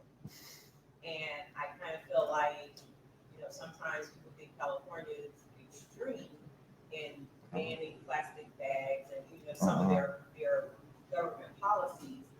But when I have a storage basket full of plastic bags that I'm trying to figure out where to recycle and where to take them, even though they have a recycle emblem on them, but so a lot of locations don't accept them, or I order a package and I have styrofoam that's not recyclable. Different things like that where I'm really having to plot out where to take certain items, aerosol cans, plastic bags, plastic that doesn't fit between 1 through 5 and 7. Yeah. And so I've been committed to recycling and doing what I can do for a long time now. But like I said, I'm kind of getting tired of having to do some things when I feel like it can be mandated at a higher level that certain things just don't happen to begin with. And my second point is solar. I understand, this community and where it is. I've worked with some of those downtown buildings for the dominant industry here. But dealing with solar companies is another, I've spoken to several of those, and they don't follow through on getting you what you've asked for and whatnot. So that's an ongoing process. And then a couple of months ago, I read an article where it's taking CenterPoint 6 months plus to connect solar panels to the grid. So you're spending thousands of dollars to get these panels, and you can't use them or have the benefit of them for half a year, if that. And I don't know if that is because big industry. So what I'm and keeping that. So if you can speak to the individual intent. So what I'm hearing, so Sean, who's a local filmmaker, is talking about frustrations both with recycling and how difficult it is to kind of navigate the whole infrastructure that we have, or minimal infrastructure that we have around recycling, and then also the implementation of solar. And I want to broaden that to, if we can, as we're wrapping up, how do you, because this can be really frustrating, right? We have some wins, but we also have a lot of ways that we're moving in the wrong direction. So if you can briefly, because we need to be wrapping up, kind of share about what do you tell people, right, that are dealing with these frustrations? Go ahead, Stephen. Okay. So real quickly, I think that I understand, your frustration as an individual. From the level that I get to see kind of what's happening from state to state on policies. California is kind of a first mover as it relates to climate policies, right? So California can test, is willing to test out what works and what may not work so well, whereas Texas is a laggard in terms of policy innovations, right?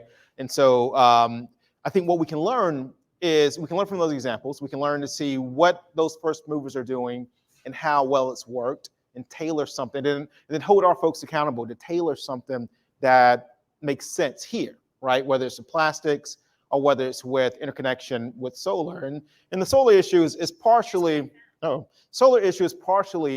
supply chain dynamics at place, but there's also interconnection opportunities within the city government that it could help to streamline the process as well.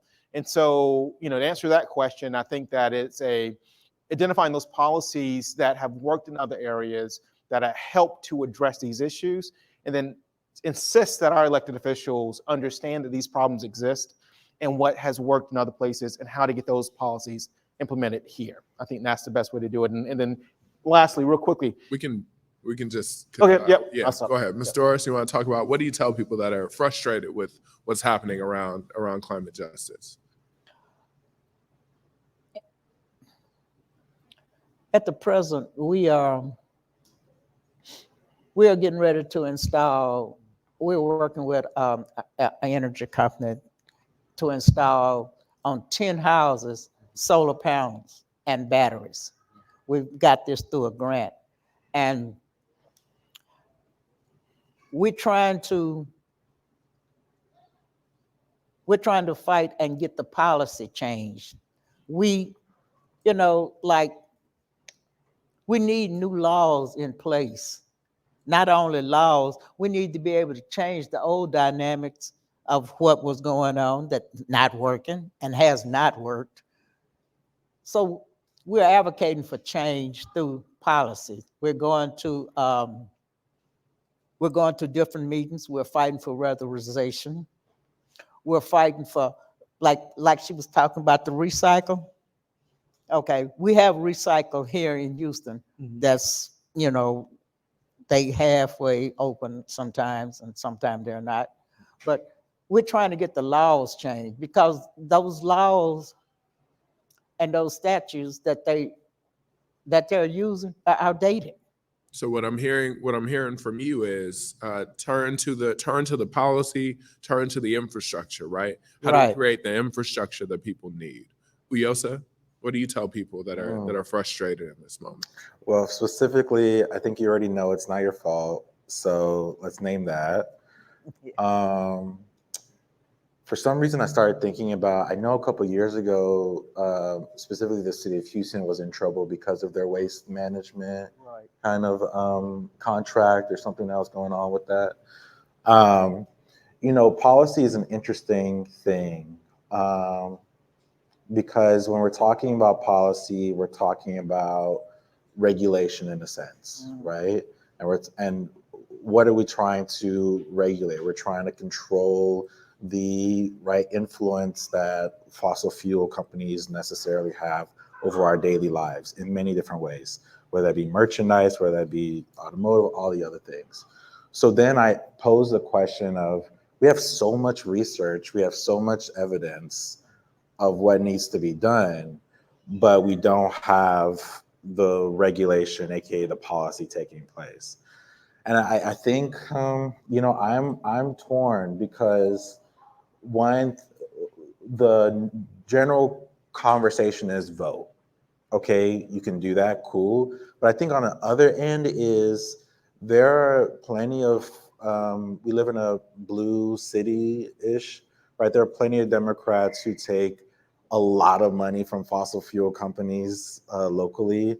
And I think part of what we need to do is just make them really uncomfortable, or just don't give them as much legitimacy as we do. I always encourage, whenever I'm talking to some of the youth organizers, and they're saying, oh, at this event that we're having, we're gonna have X so-and-so person speak. I said, why would you do that? And they're saying, oh, because then we get to, also get more, proximity to talking about our issues. I was like, well, adults don't need to do that. Like, they just kind of walk up and they say the thing and then they leave and they go vote. Okay, you can't vote, then probably one, don't give them legitimacy, because they're not looking for your vote, and they also are not looking for any very small pocket change that you have. Then you should probably just make them very uncomfortable at every other place that they go. Yeah. Ask them all we saw Diane, there's that video of Diane Feinstein, right? And those little 12-year-old, 11-year-old, 9-year-old kids who are asking her in her office, what are you gonna do? What are you gonna do? And she just erupts, is like, you don't know what you're talking about. And make them uncomfortable over and over and over, because once they get your vote, they get pretty comfortable. Yeah. Truth of the matter, you know what I'm saying? There's really not much infrastructure in place to encourage communities to continue organizing past elections. And that's a bigger philanthropic conversation we have to talk about.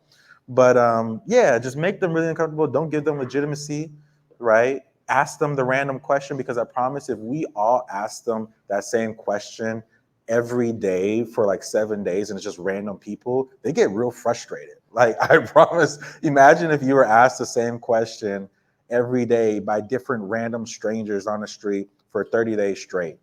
You get real tired, right? So I think that's one thing I really want to encourage. I know that's a lot because we're all trying to like live our daily lives, but I really want you to know it's not your fault, like fundamentally though, right? So what I'm hearing there is pick better targets, right? Right. Pick your appropriate targets, pick better targets, and push. So I want to thank everyone in our audience. I also want to thank our panelists for all the insights that they provided today. I know we have another couple wonderful panels that'll be going on, and then I'll pass it over.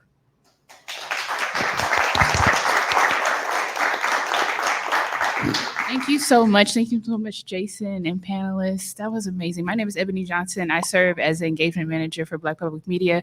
We are going to take a quick 10-minute bio break and come back to convene for our second panel. But thank you again.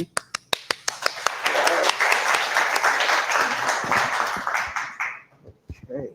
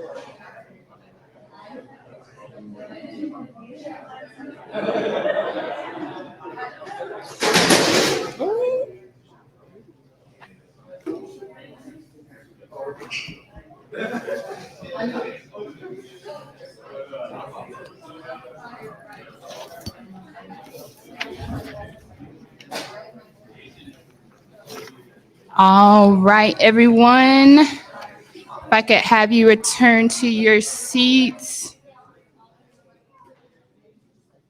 We will get started with our next panel.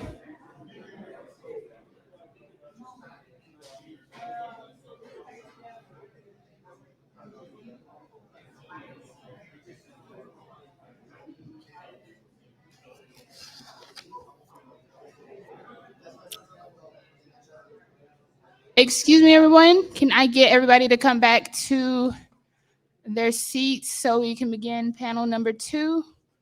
We are on. We're going. But we are so grateful that you are here. Once again, my name is Ebony Johnson. I am with Black Public Media, and it is an honor to share space with you all here at Black Media Story Summit Climate Justice, those in person and virtually. And we are on to panel number 2, which is called The Balancing Act, Using Facts and Creativity for Climate Justice Media. So this panel, we are exploring the conversation of how media can be used to help highlight and impact our climate justice fight, and the ways that we can effectively do that through an empirical lens of science and data, but also through character-driven narratives. And I am here to introduce our moderator, Aaron Ambroso. And we're living in a hybrid world, so this will be a completely virtual panel. I did, for everybody in person, put scraps of paper on your table, so those are for Q&A. So if you have a question, write it down on the scrap of paper and then just raise it up in the air, and I'll come grab it for you and transfer it digitally. We're gonna make this work. So Aaron Ambroso is a museum professional, educator, writer, activist, and artist. He received his master's in art history from the University of North Carolina at Chapel Hill. He has worked at the National Museum of Art, the North Carolina Museum of Art, and the Museum of Fine Arts, Houston. He is also the co-founder of the Houston Climate Justice Museum and Cultural Center. He has presented at the Texas Association of Museums, the Southeast College Art Conference, and Texas Historical Commission, and his writing has appeared in ArtNet magazine. So hello to Aaron online.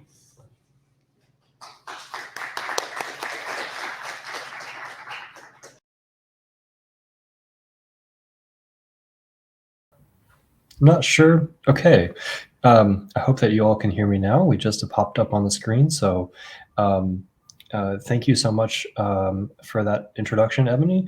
I'm really excited to be here today to talk with some really creative folks who are working in the science communication arena. So I thought that I thought that Ebony would be introducing you all, but that's okay. What we're going to do is just run with it, and thought maybe we can go around and introduce ourselves, talk a little bit about the work that you do, the science communication that you do, and maybe give us some examples of a couple of concrete project or two as well. So maybe we can, whoever wants to start. Ralph, you're at the top left of my screen, so why don't you go ahead and start us off? I think you're on mute, Ralph. Hey, I was gonna be the first one to do that. That's crazy. Well, good afternoon, everyone. Thank you so much for being here. Thank you, Ebony, and thank you, Aaron, and thank you, Black Public Media, for graciously providing the opportunity for us to be here today and to share this space with you all, even though it's virtual. But this is such an important conversation, and I'm so happy to be here with this panel to really have this discussion around climate justice and around sort of the science communication work that we do. My name is Ralph Bouquet. I'm the Director of Education and Outreach for NOVA, the PBS Science documentary series.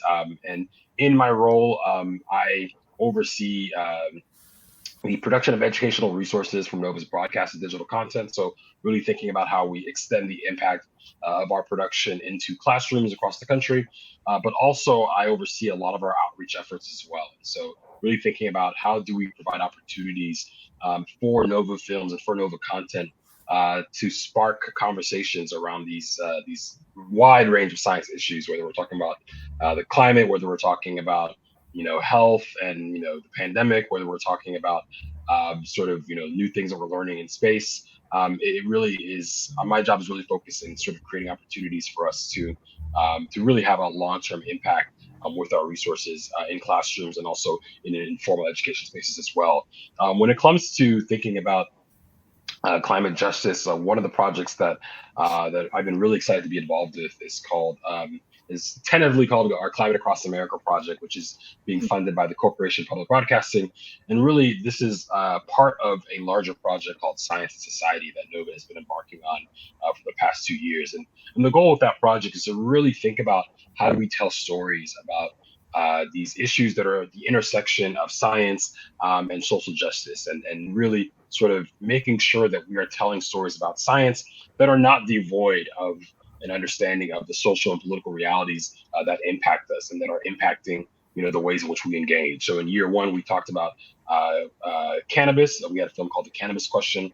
And in year two, sort of it's tentatively called Climate Across America, the name of this project. We're really focusing and telling stories about how communities are coming to terms with the climate impacts and the ways in which they are demonstrating resiliency and their ability to adapt to the changes that we're seeing, how they are working to mitigate those impacts. And so we're doing that it's a multi-platform project where there's going to be a film released in April 2023.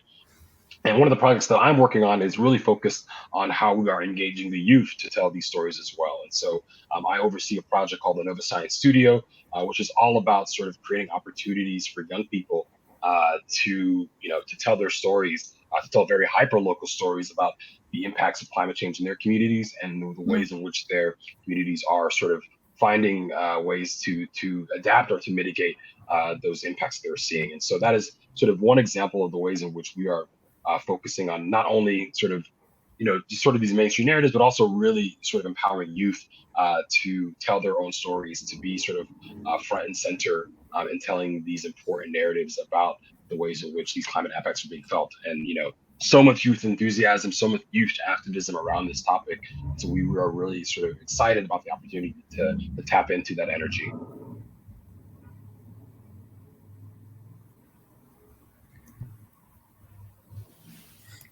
Stephanie, maybe you can go next. Hey all, so I'm Stephanie. I have my PhD in science communication, so I come from just a little bit outside of I'm coming from like the academic perspective that I can bring to this conversation in terms of studying the science of science communication. But initially I have a background in chemistry and pivoted towards doing a degree in science communication where I studied science media and was looking into storytelling narratives in science media, especially like on YouTube, of how different audiences, especially younger audiences, look at how they are receiving science information, as well as like how do they humanize the scientists that we put in front of the screen, and is there a difference? And also how does representation kind of play into that as well? And so right now I'm the senior producer at STEM Media, and STEM Media is just a network where we're trying to empower those that are considered marginalized in the science, technology, engineering, and math communities. And so we do that through representation or through our content that we curate, or also content that we are partnering with. So for example, right now we are producing a show on PBS Terra, which is on PBS Digital Studios YouTube channel. And our show is called Why Am I Like This? And it's an evolutionary biology show where we use humor and skits to kind of set up the science that we kind of talk about, but we also are not afraid or shy of talking deeply of like the mechanisms and the science that kind of has into this. And so, although we're not necessarily working on a climate direct type of approach right now, or like story at the moment, I think when we look at YouTube as one of the platforms that we do science communication on, or that we produce our media in.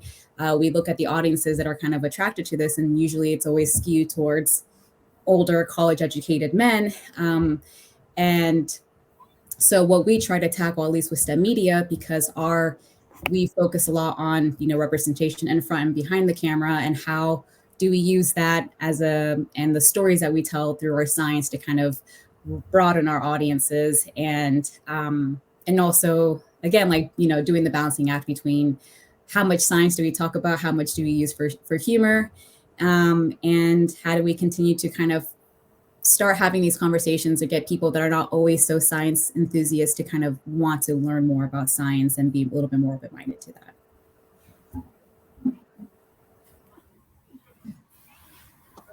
Thank you, Stephanie. All right, Katie.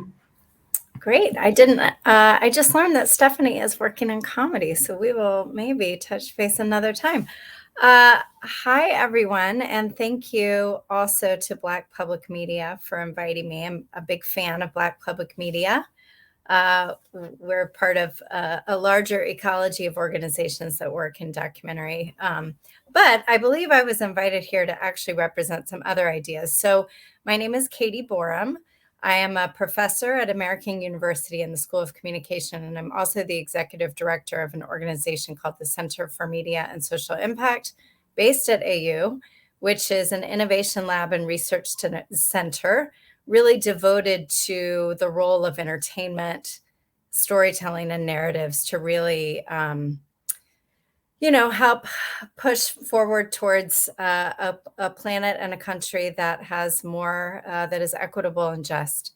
So very much focused on the role of media, specifically entertainment media, and social justice. And so I'll just share a little bit about myself, but then talk about the organizational work. So I'm what we would call in the academic world an engaged scholar, which means I don't just study the things that I talk about. I work deeply with communities of practice that actually do this work. So I work a lot with producers and creatives and philanthropists and media executives and so forth on this work.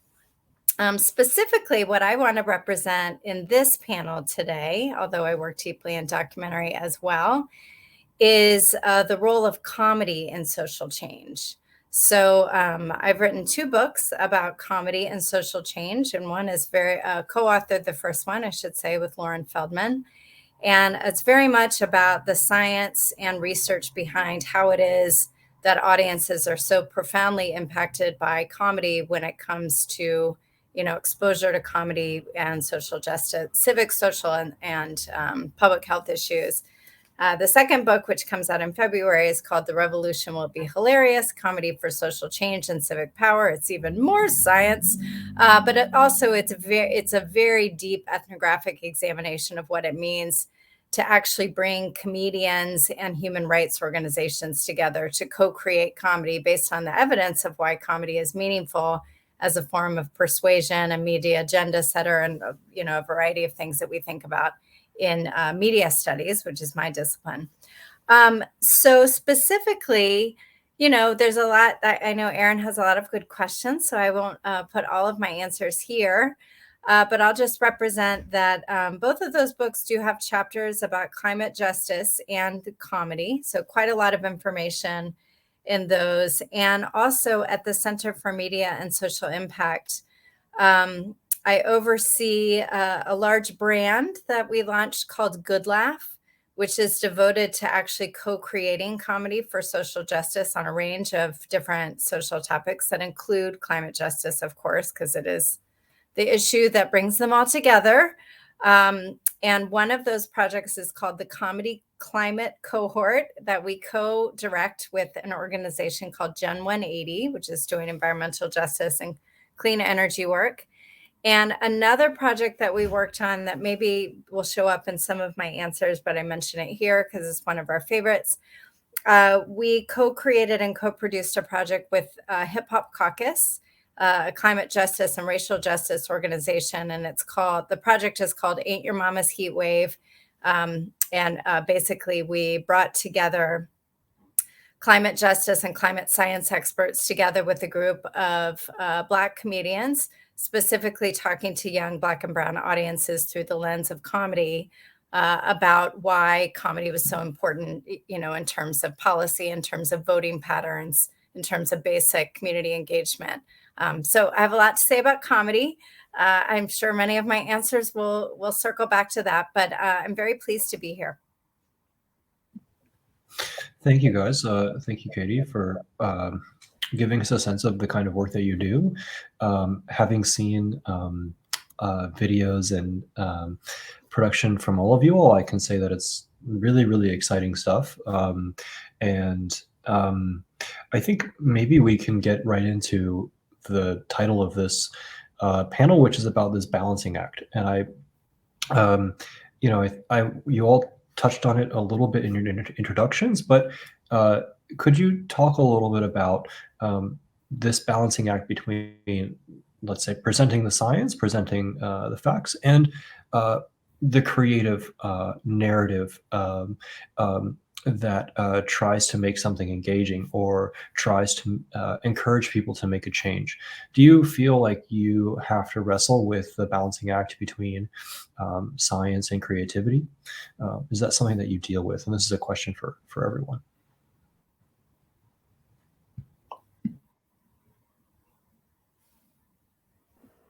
I guess since no one's going first, I'll go ahead. Well, I'll be very polite, I think. I know, exactly. Okay, so from my background in studying science communication, especially within like the academic scientist kind of field, a lot of us tend to just believe that just presenting more facts, more information, or if people were just more educated, then people would just get it. And so in science communication, we call that the deficit model. And so that deficit model, we're really trying to push away from. And I think that's why media is so important in terms of how we are presenting information in different ways. And it's not only just like presenting, again, like stats and numbers and just like straight up facts that are going to change people's behavior. But another thing that we have to balance is that, people aren't always going to change their behavior after just one video. So how do we think about the stuff that we do long term, or in a series of information that we're trying to present? And so I think, again, the balancing always comes to whatever project that you're doing, in the sense of it's always going to come down to who is your audience and what are you trying your audience to leave away with, whether that behavior could just be just a change in attitude or a call to action. We're always having to think about these things very together, because the way that you frame your science and the way that you're wanting to present the information, the science information, is going to be determined by, who exactly you're trying to target, and how does that audience receive science information on the day-to-day, and how are you going to frame your messaging or the storytelling that you're doing to make sure that they kind of align. And so one last little thing that I'll do before, so I'm not going deep into like the academic rabbit hole, is that there's at least some science communication papers that have come out recently that talk about the fact that different types of audiences, there's different styles of learning or understanding. So there's some people that can think about things abstractly and big picture, and there's other people that need like closure and need just like concrete kind of, or information to be presented concretely. And so how, there's also a question, sorry, I was reading a question at the same time, I got distracted. And so I think that's also things that we have to also, put into the back of our mind. And so if people can't think can't think abstractly, then how do we talk about climate? And when we're not, how do we talk about climate in a more closure kind of way, even though it's kind of impossible, knowing that it's always ever changing. The scientific information is always ever changing as well. And really thinking deeply in terms of how to balance that. And so there's no concrete strategy, because again, everyone's messaging and mission is different. But I think knowing that key detail of like who exactly you're trying to target and how they receive information and what you're wanting them to come out also just helps kind of like narrow down your strategy and make your messaging more focused.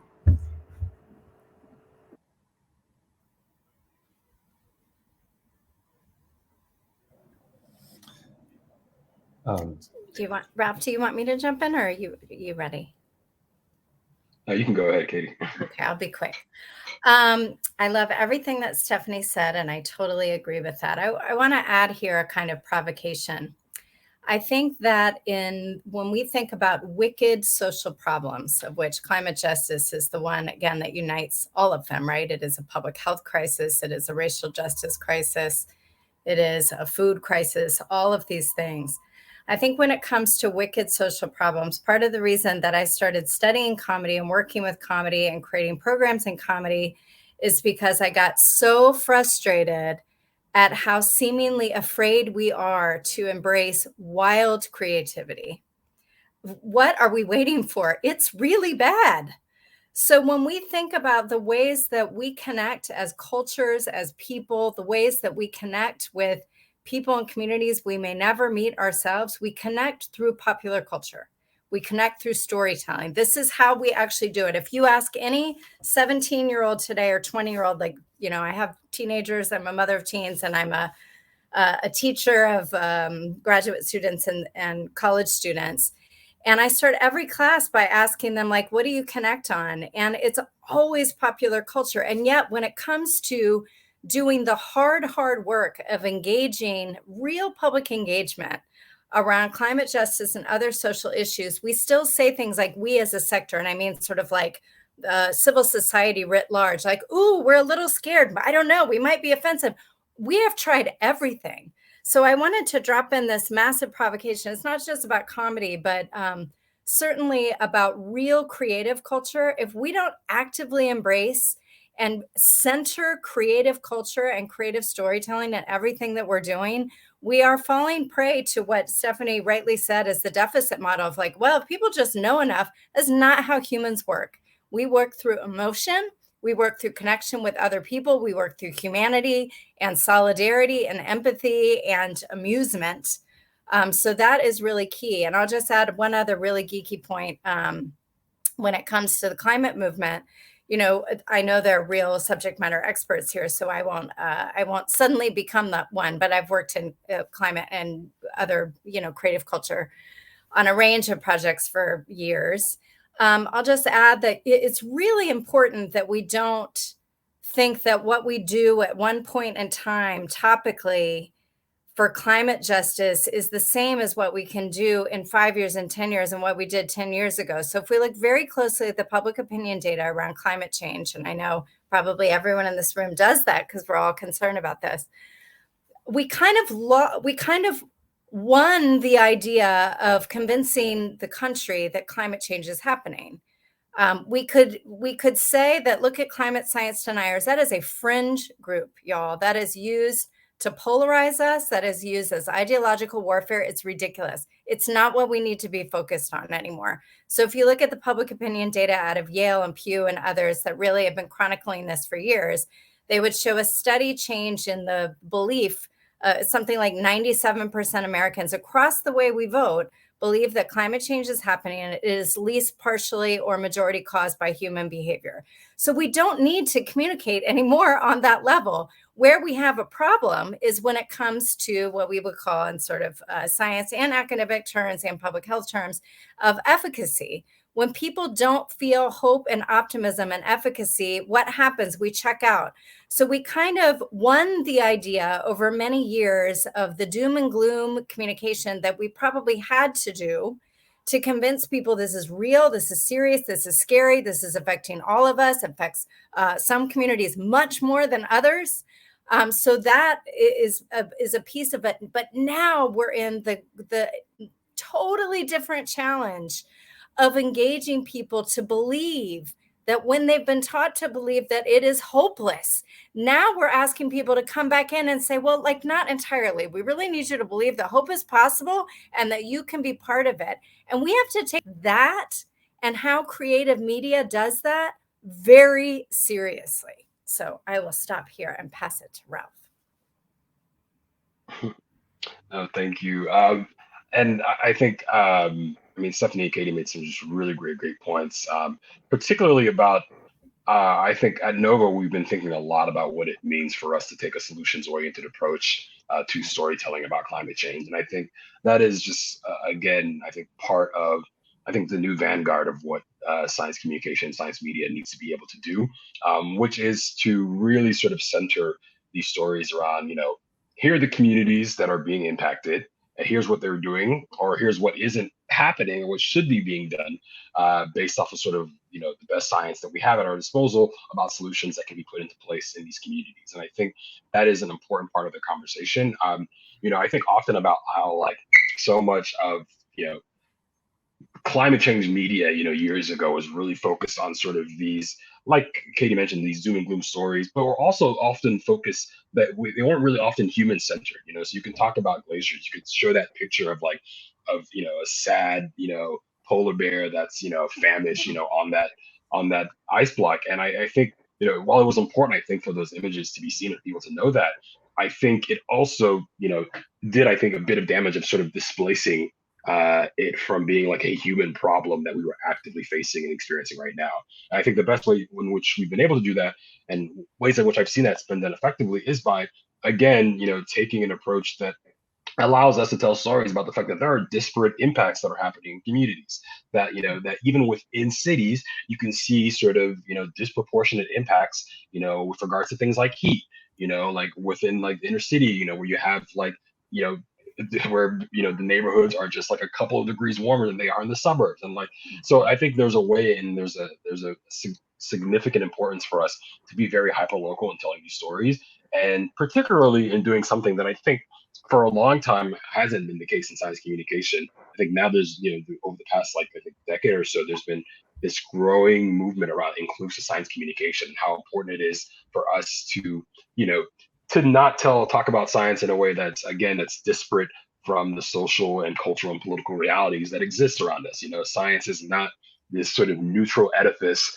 that isn't at all impacted by what things that are happening in our society. It is deeply impacted by society. Who participates in science is deeply impacted by sort of, the ways in which society treats and provides, agency and power to people. So it's just very, very important for us to take approaches that are willing, that are leading with the facts and telling people the truth about like, this is what we are seeing in these neighborhoods. This is what we are seeing. I think so earlier in this summit, hearing just these stories about these things happening in Houston, and I was reading actually a little while ago about like the EPA sort of sacrifice zones, right, where there are these communities, even in Houston, where the rates of cancer incidences are more than double the national average, due to the fact that nobody is really pushing back against the ways in which these pushing back against the toxic air that's being allowed in these communities. And so it's just, I think we have to be much more forward about being willing to tell these stories, being willing to talk about these disparate impacts and these disproportionate impacts, so that people, I think, feel a sense of urgency, but also, I think it's important for us to root these stories and what are people doing on the ground to fight back, to make sure that they are mitigating these impacts, to show their own resilience. And I think that's why it's so important for us to have these spaces to talk about this and to share these stories. Yeah. You guys touched on so many really interesting issues right there, that have so many different connections that I wanted to unpack and unravel. And maybe one way to do that is to talk a little bit about social difference. Obviously, climate justice is a term that is about taking into account climate change and environmental change along with social inequality at the same time. That's really the challenge. For so long we've either thought about environmental issues as totally separate, right? The polar bear as you mentioned, Ralph, the polar bear on the iceberg, right? From social problems, from social inequality. And combining them, keeping them together is a really challenging thing to do, and especially in artistic work. It's very hard to find artistic work that's trying to keep both of those things together. But I wanted to ask you all about how you're approaching dealing with forms of social difference, racial difference, gender, age, ability, whatever it might be. How you're dealing with that in your work, how you're approaching that in the work that you do.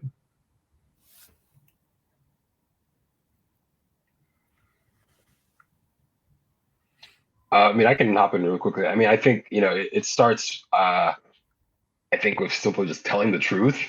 And I think that's I mean, it seems like a pretty, common sense thing, but I think, you cannot tell stories about, what's happened in Flint, Michigan, what's happened in Jackson, Mississippi, without, I think, being honest and being very clear about, the racial politics that have impacted these communities. Like these stories don't happen and don't persist, and these conditions aren't allowed to persist, in wealthy white neighborhoods. Like that's just that's we know this, and so I think it is important for us to be willing to acknowledge when we see these differences happening. I think it's important also for us to acknowledge when there are solutions and things that communities have been doing to address these situations. One of the stories that we are really excited about investigating in one of our upcoming projects about climate, is even around like the history and the science behind prescribed burns that many sort of indigenous American communities, particularly out in the West, have done in order to control sort of the forest fire season. And now we have a situation where the forest fire season has now expanded. Now it's happening all year long. But part of the reason why is that the folks who were sort of the stewards of this land, knew techniques and used exercise and had sort of a pattern and a rigorous way to deal with this and to ameliorate this problem. And now, we're seeing a resurgence and an interest where like these communities are now being provided the agency to do this, and it's helping and it's making a difference. And so I think, it's important for us to not only sort of, talk about social justice in the context of disproportionate impact, but also, in the context of, what can we learn from these communities and what knowledge is there that we need to use in order to address some of these problems, because ultimately it's going to take obviously a collaborative human effort to tackle this massive problem. And unfortunately many of the communities who are on the front lines are not the ones that are as responsible for the climate sort of situation that we're in right now, and it's important to recognize that as well.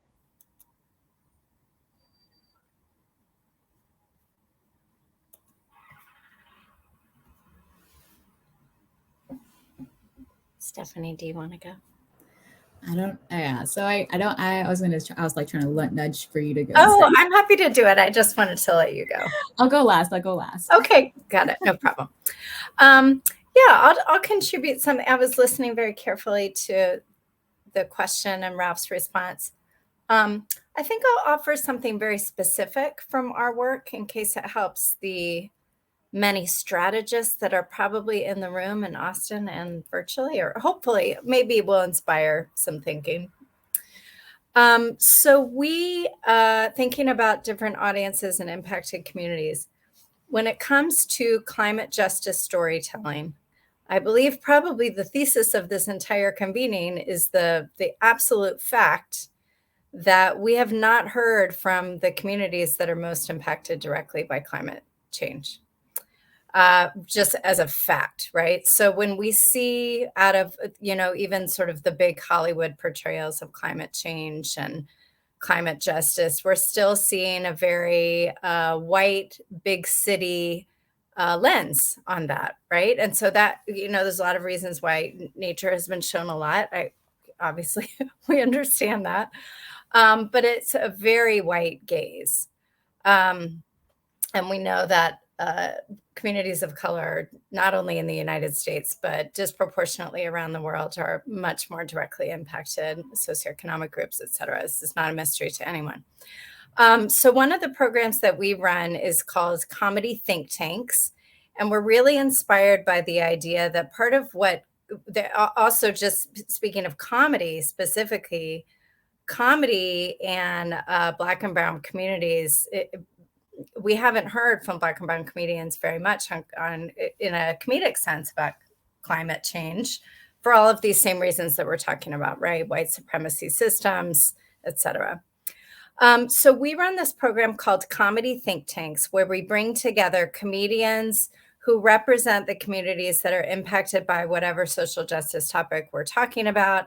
And we bring them together for this amazing workshop that feels like part TV writer's room and part really nerdy college class. We bring them together with subject matter experts, scientists, communities on the ground who are dealing with resilience issues and et cetera. And we bring them together so that they can actually truly co-create comedic public engagement strategy together. Like they're making real comedy. And I am a white lady who runs this program. And I'll say here that I facilitate how that works. And then we get out of the way. This is something that we run out of the Center for Media and Social Impact, also with a woman named Bethany Hall, who's a comedian who's sort of architected this creative approach. But the reason I feel like that's maybe useful here is it's amazing to hear what kind of hilarious comedy that comes from real facts, that comes from communities who feel very frustrated at not being heard, but are really doing the work. Back to Ralph's answer. It's not like you arrive in a community and they're like, oh, what's happening? They've been dealing with resilience issues for decades, right?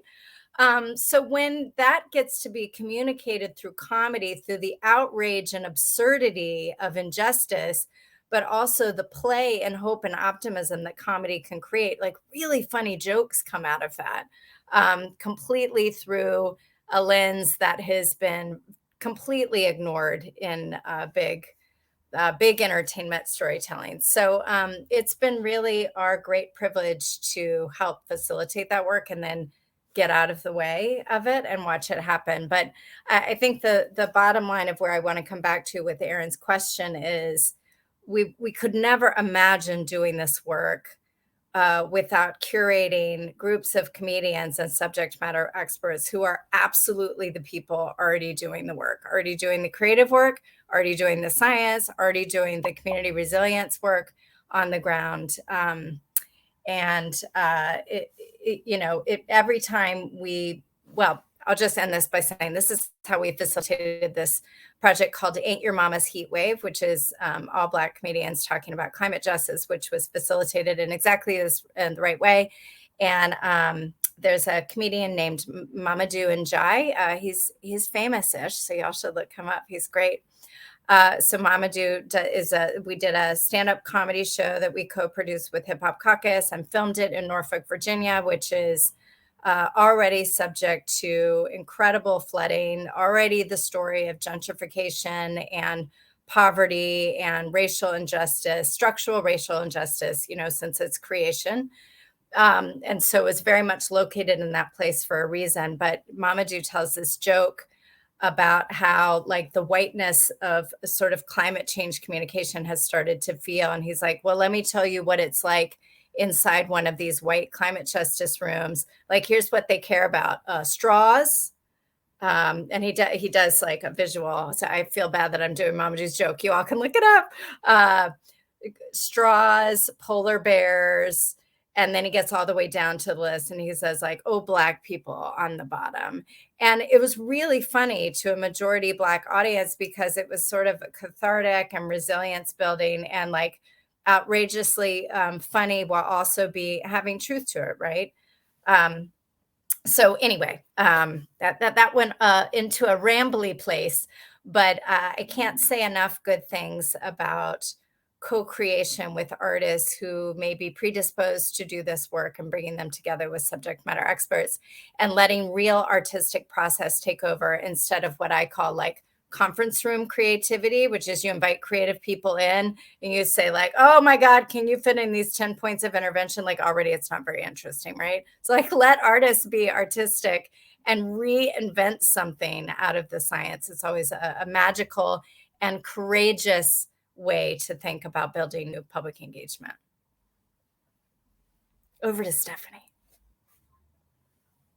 Yeah, I think again, so I don't directly talk about like climate stuff, but like listening to both Ralph and Katie are one of the things that's been interesting, especially like in the YouTube space, especially when we talk about science media, like those that are making or generating like millions of views are also just like middle-aged white men that are like presenting these science stories. And so for us, like and why am I like this? We have a black host, but essentially we're presenting her as a genetic anthropologist who just so happens to be a Black woman.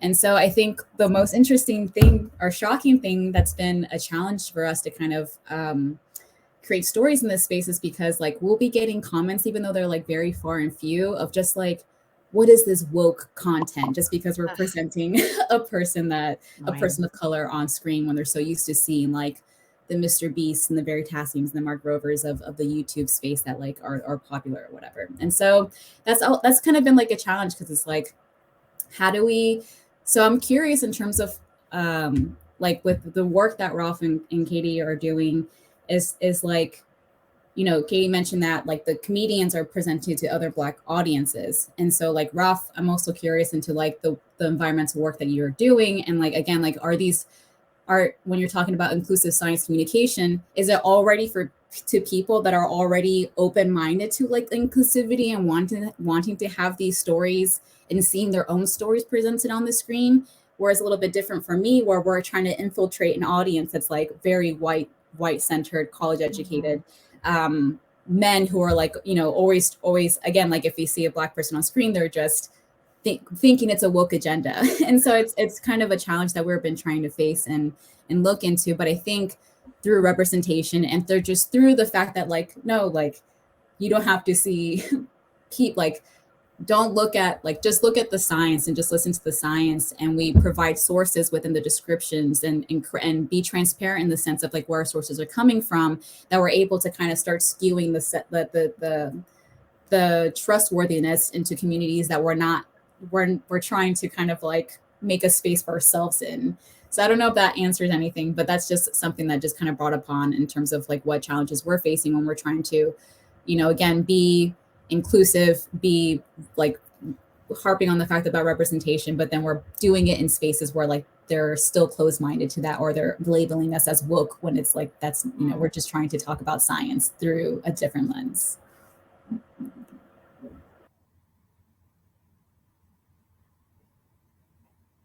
Yeah, Aaron, not sure if I answered your question. I'm so sorry, but thanks.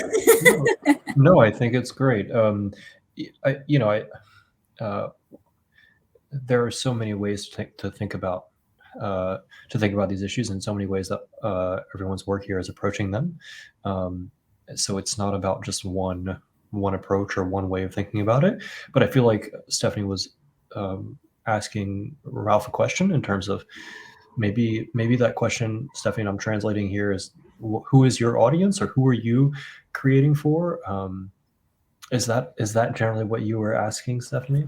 Yeah, essentially it's just like, okay, if we're trying to create like impactful stories about climate science, or so, and then interwoven with like social justice, like even seeing some of the comments where people are just like, yes, like talk about Indigenous stories and like land back movement and stuff like that. But sometimes the stories that we want to see through representation is for, you know, ourselves, because we're not seeing ourselves on the screen. But when we're trying to, for example, when, I don't know if Aaron, you mentioned, I forgot who mentioned before, but sometimes like Ralph, you mentioned this in terms of like sometimes like science becomes political because it's like for people that are doing this, and that's how it kind of like changes that. So I'm curious if we're trying to really change minds with the work that we're trying to do, and it's for those that are like considered anti-science or just reject sometimes the scientific consensus. I think that's the trick in terms of like, okay, when we're trying to talk to people who are very much more closed-minded to the science that we talk about, then like how do we create stories in that aspect? I don't know. Sorry, this is just like a random thought. No, that's a great question, Stephanie. And I think, I think it requires, for us, Nova is a publicly broadcast, we've been on air now for nearly 50 years. And we reach a very wide audience. And I think one of, assets that we have, being, on PBS is that, there is an audience that is politically diverse that really engages, with our content. And I think what, that requires is it requires definitely a lot of thoughtfulness as to, how do you make sure that you can sort of tap into everybody. A couple of years ago, we did a film called Decoding the Weather Machine. That was basically it was a film about sort of climate change, looking at sort of the overlap of all the different sort of climate systems and the ways in which they all, collectively sort of impact, what we experience as weather, right? And so, and I think, the climate change film, we didn't use climate change in the title. We use weather in the title, right? Because weather I think is an entry point that, everybody can relate to. There are trends that, folks can see and can experience. And as a result, I do think, and we were, I think very intentional, Nova was, and I want to give a shout out to, I think, Caitlin, who's in the audience, Caitlin Sachs, who is was one of the producers of that film. But what was really important about that is that, we chose specific guests and people to talk. We had like a meteorologist who does, who's also part of like a big church, evangelical church, and he's also a meteorologist. And he was like, I use my platform to talk to my folks at church about climate change because as meteorologists, I cannot deny, what we are seeing.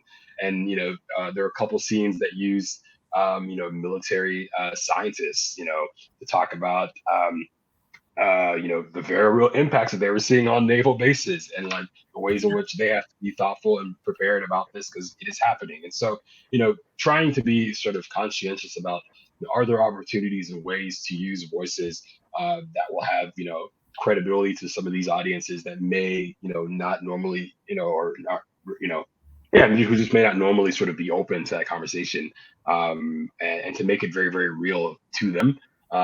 As well as to all the other audiences as well. And so finding a way to sort of combine all these stories, thinking and being just very aware of sort of how can we use this particular voice, this particular story, in order to reach those audiences. And I think Katie's point earlier about how like climate change is we think about it as this sort of these big city sort of voices talking about it, and it's like those farmers in the Midwest, they seeing things happen, they are having to face, the reality of, soil erosion, the reality of drought, the reality of floods. And so I think it is important to make sure that, that there are opportunities to highlight these stories and to show just, how multifaceted of a problem this is, and how this is, a problem that is not unique to just any one community. Obviously, we have to also acknowledge communities that are being disproportionately impacted as well, and I think it's important to do that. But also, it's important to be really thoughtful about sort of how do we find opportunities, say to make sure that there's something for this community, for that community, to sort of highlight the ways in which it is impacting them, so that I think you can bring a lot more people into this conversation.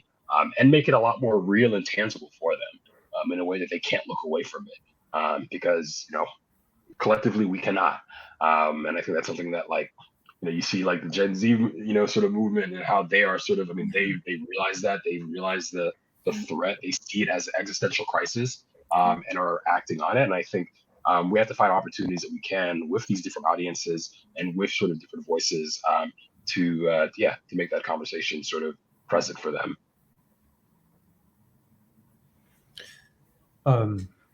I would love to keep asking you all questions. I have so many, but I think that we actually have to open this up to Q&A from the audience. And I think that folks at the Deluxe will be writing down any questions they have on cards that will be given to us. And then folks online you can just type in your question directly into the box there. So if anybody has any questions, I'd love to open this up to the audience.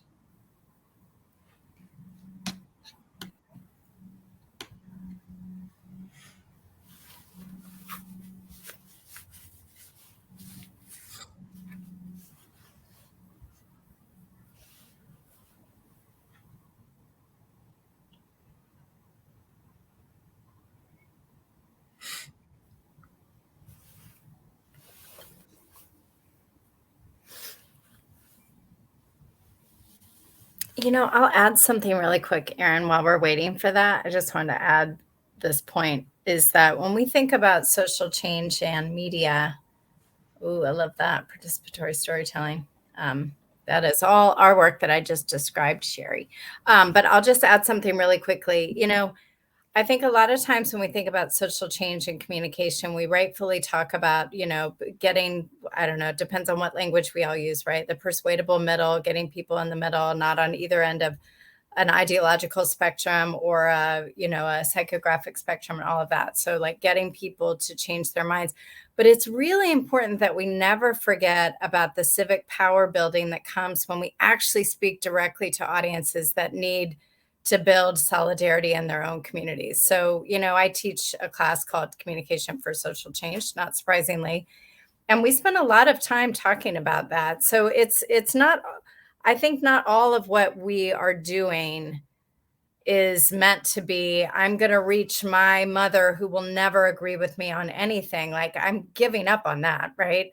But the subtitle of my next book is Civic Power. And it's really about, not just about persuading people who need to be persuaded, who don't believe, who don't know what to do, whatever.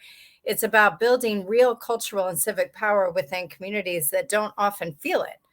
For many different reasons. And so we could call that preaching to the choir, but I call it building and securing solidarity.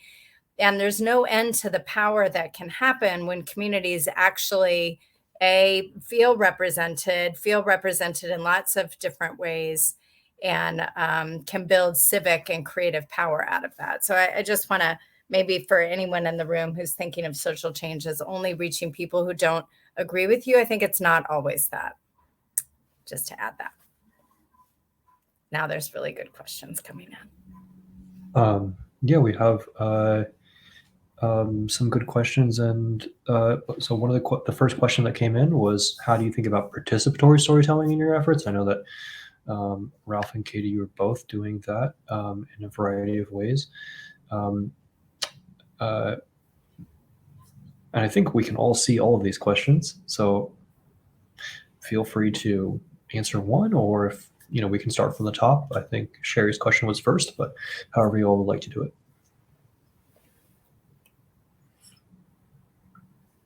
I'll just answer because I see Ebony's question. It's very tiny font, so I'm doing this without my reading glasses, which I might need to do. Where can we find some of the climate work? Our organization is the Center for Media and Social Impact. A lot of it is there, and a lot of it, I know I sound like a really crass commercial for my book, but a lot of the projects that I've talked about are in the book that's coming out, and that's like the only way that you can learn about them. And the book is called The Revolution Will Be Hilarious, Comedy for Social Change and Civic Power. It's from NYU Press. It's available for pre-sale. Sorry, that sounded like an ad. And I'll just address here, they're big stories about most of the projects that I talked about in that book. Participatory storytelling, I really appreciate that, Sherry. That is absolutely the language that we use to describe the work that we do at the Center for Media and Social Impact.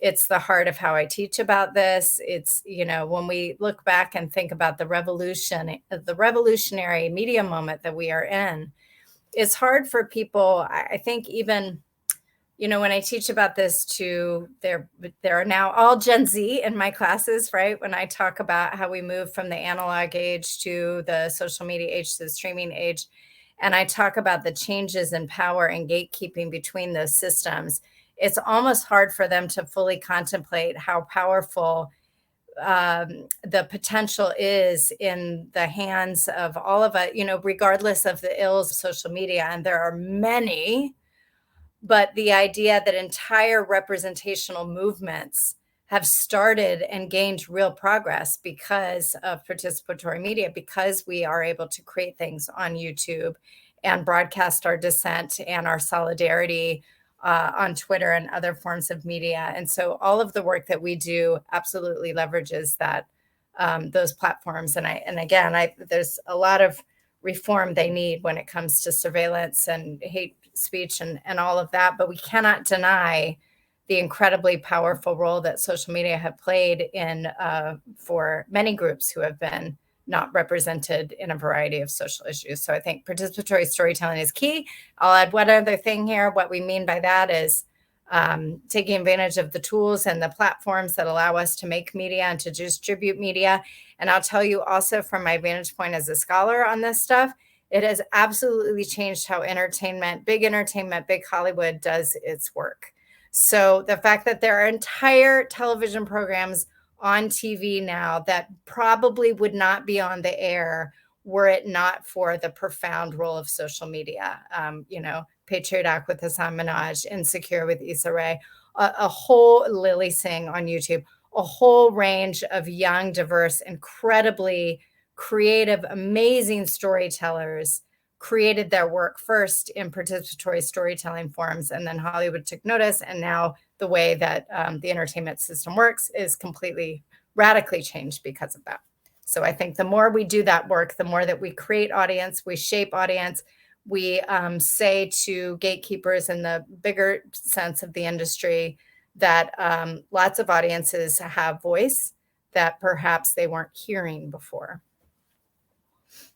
I'll stop there because I took a lot of space.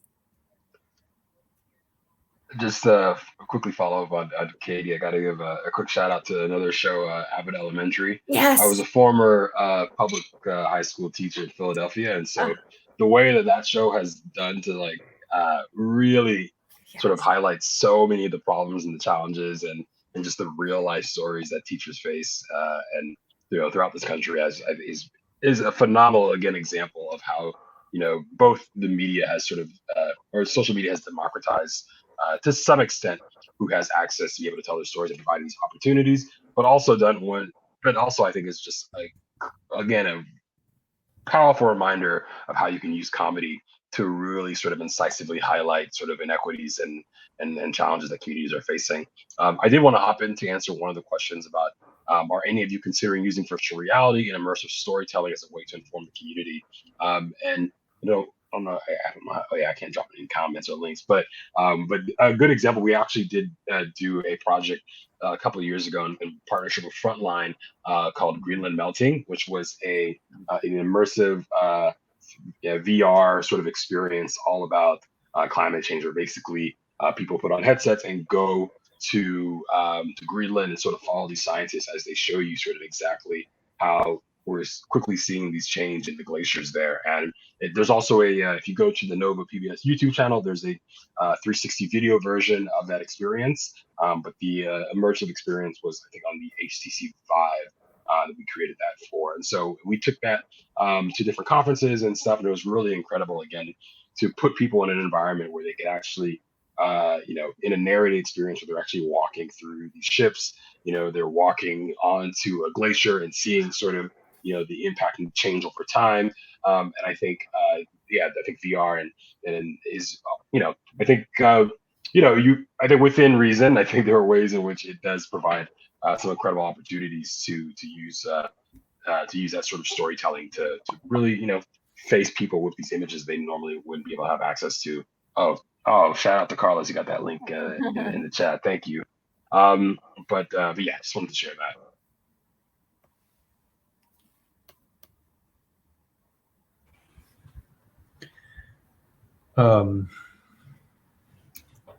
I have we've got maybe 1 minute left here. There's one question here that says, how do we persuade more funders of climate change initiatives that creative storytelling is necessary and needs funding? I think that's an interesting question. We have now the Justice 40 initiative. We have the most recent kind of congressional act around climate change and infrastructure. And so I think a lot of that money is designed for actually doing things, for actually building solar panels, for actually retrofitting homes, but I think that oftentimes folks like ourselves in here who are about telling stories, many of us are also going beyond just storytelling, but for the storytelling aspect of it, I wonder sometimes if it's more difficult to persuade people to do that side of things, or this feeling that, okay, well, we have a lot of changes happening now, but are the people that are doing narrative work and cultural work, how can they still be involved and how can they still get funding? I don't know the answer to that. It's an open question, and honestly, I've been in this space for about 1.5 years or 2 years now, so I'm still relatively new and learning the ropes. But I don't know if anybody has any quick thoughts while we have just a minute or two left. I think real quickly, I would say with regards to funding, I do think it's important for folks who have these opportunities to have these platforms, tell these stories. I think we also just need to do a better job of tracking our impact of the storytelling that we do.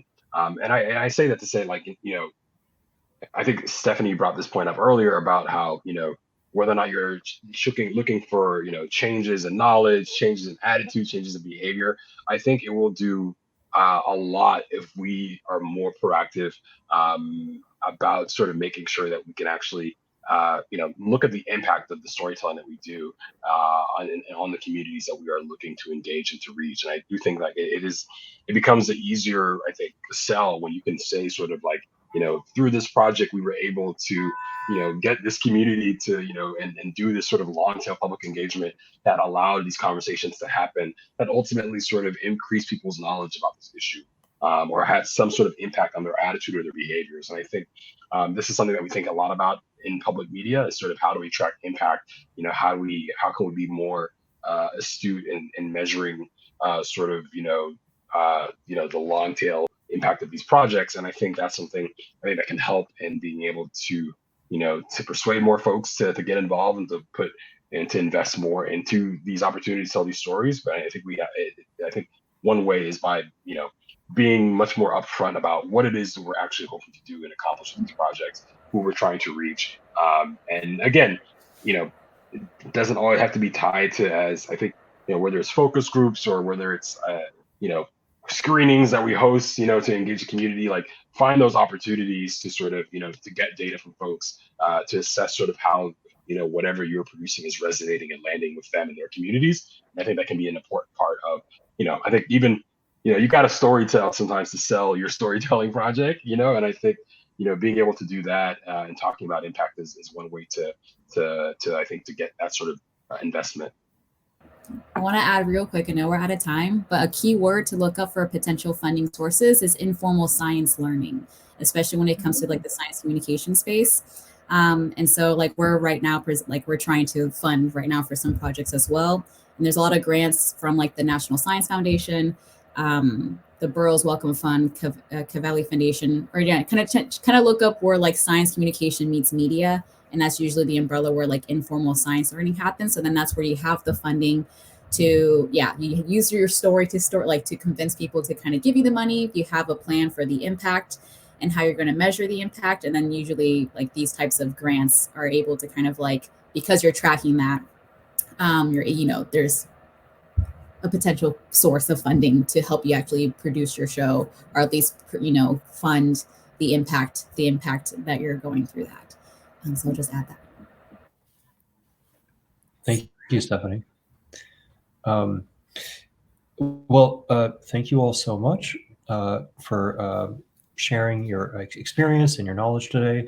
I hope that folks out there who are doing this kind of work already were inspired. I hope people who are not in this realm find really fun and engaging resources to go learn about, all of these amazing issues that y'all are working on. So thank you guys again. And I think that we will wrap it up with that. Thank you. Thank you all. Thanks for having us.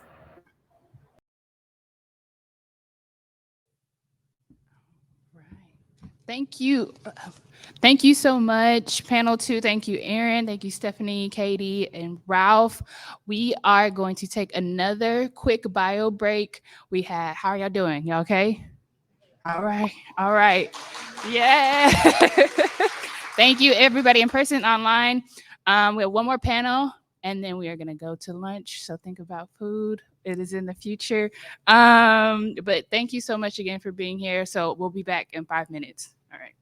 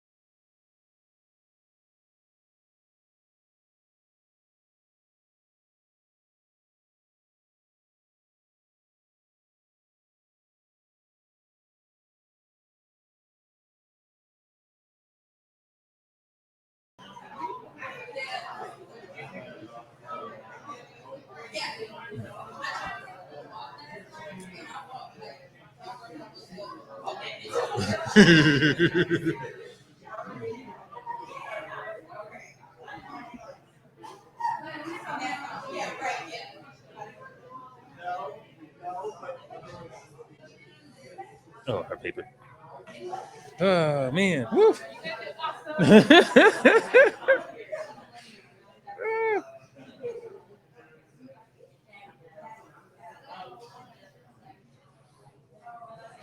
Oh shit! I might take this. Ben Johnson. Ben Johnson. Yeah. Is it Ben? I'm sorry. You got it. Thank you.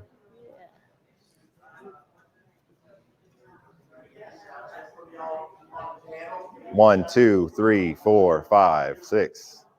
1, 2, 3, 4, 5, 6. Hello, hello. 4, 5, 6, 7, 8. Okay.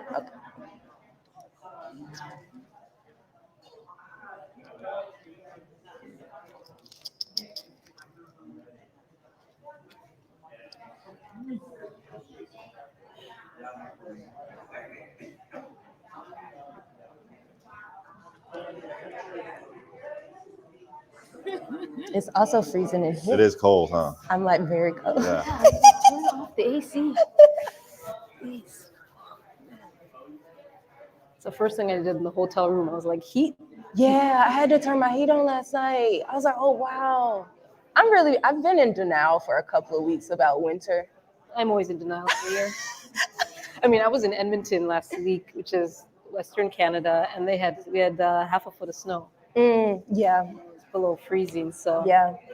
I like surviving 6 years in Chicago as I was leaving, I was like, my Southern bones are begging me to go back home because I all throughout winter, every single day I would step out of my house and go, I have never seen this much snow in my life. Like, yeah, snowed on Halloween one year, snowed on my birthday in April. And I was like, it's time to go.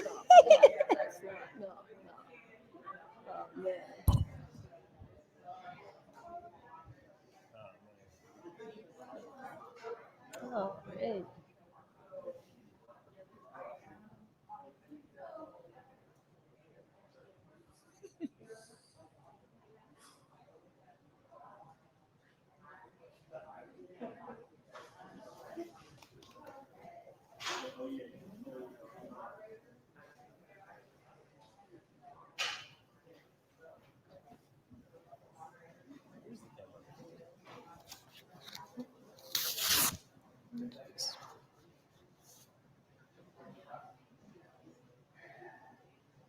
Like a backdrop makes it feel really official.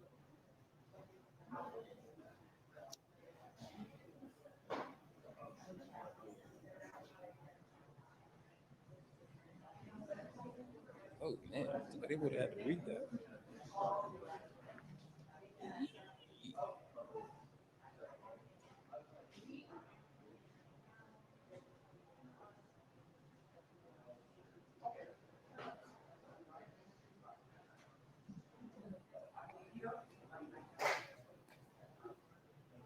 Good.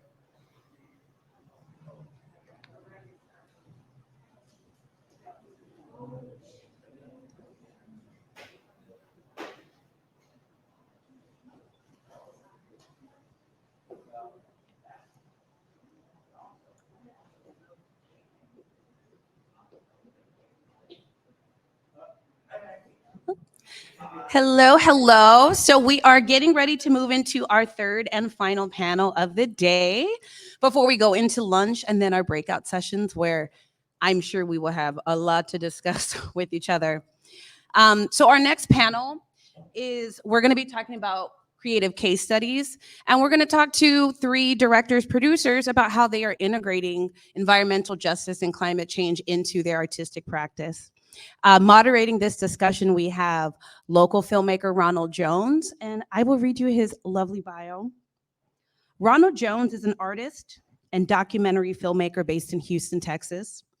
Within his artwork, Jones explores barriers between creatives and audiences while engaging conversations regarding individuals and their respective communities within normative societal structures. Thank you so much, Ronald, for being here. Let's give a clap.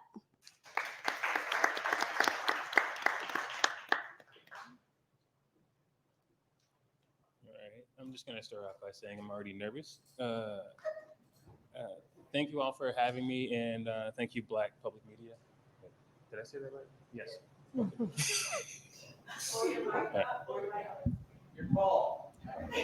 This is the truth.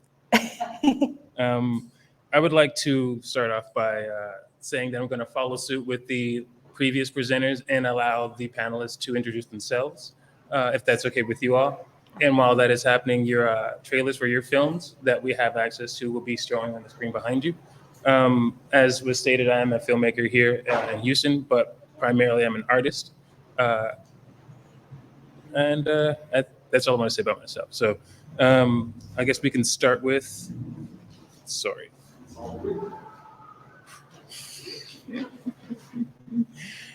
Ben, could you start us off, please? Sure. My name is Ben Johnson. I'm from New Orleans, Louisiana. I'm a director and producer for Louisiana Public Broadcasting, but I've been a freelance documentary filmmaker for over 11 years now out of Louisiana.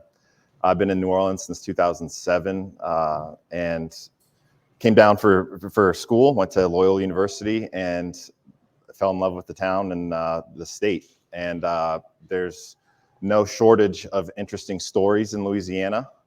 It's got one of the most unique histories, I think, in the United States. And I try and find stories that kind of highlight that unique history, both good and bad.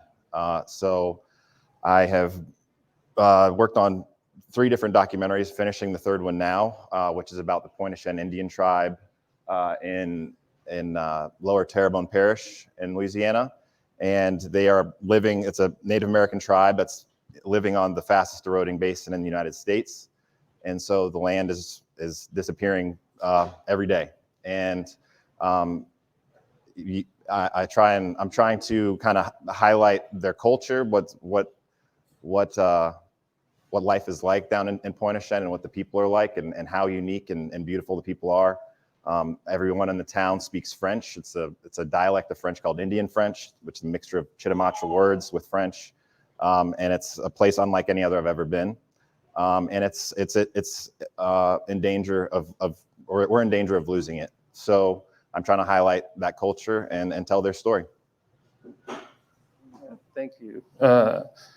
Gaddy, could you introduce yourself and tell us a little bit about your motivations and why it is that you're here? Hi, everybody. My name is Gaddy Conte George. I am a filmmaker based in Toronto, Canada. I'm originally from Sierra Leone, West Africa, but I grew up in Toronto. I make documentaries. I'm a producer, director, editor, and I've been making films for the past 20 years, mostly in the realm of social justice. My first feature documentary was called The Flying Stars. It was about an amputee soccer team in Sierra Leone and their struggles with PTSD. And then my next documentary was a TV hour documentary called Mr. Jane and Finch, which looked at one of the most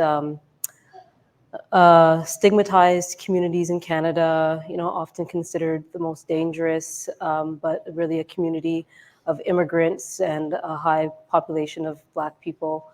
And just that a community activist from that neighborhood who was fighting gentrification through running for city councilor in that community. And that documentary went on to win 2 Canadian Screen Awards, which is equivalent to an Emmy Award for Canada.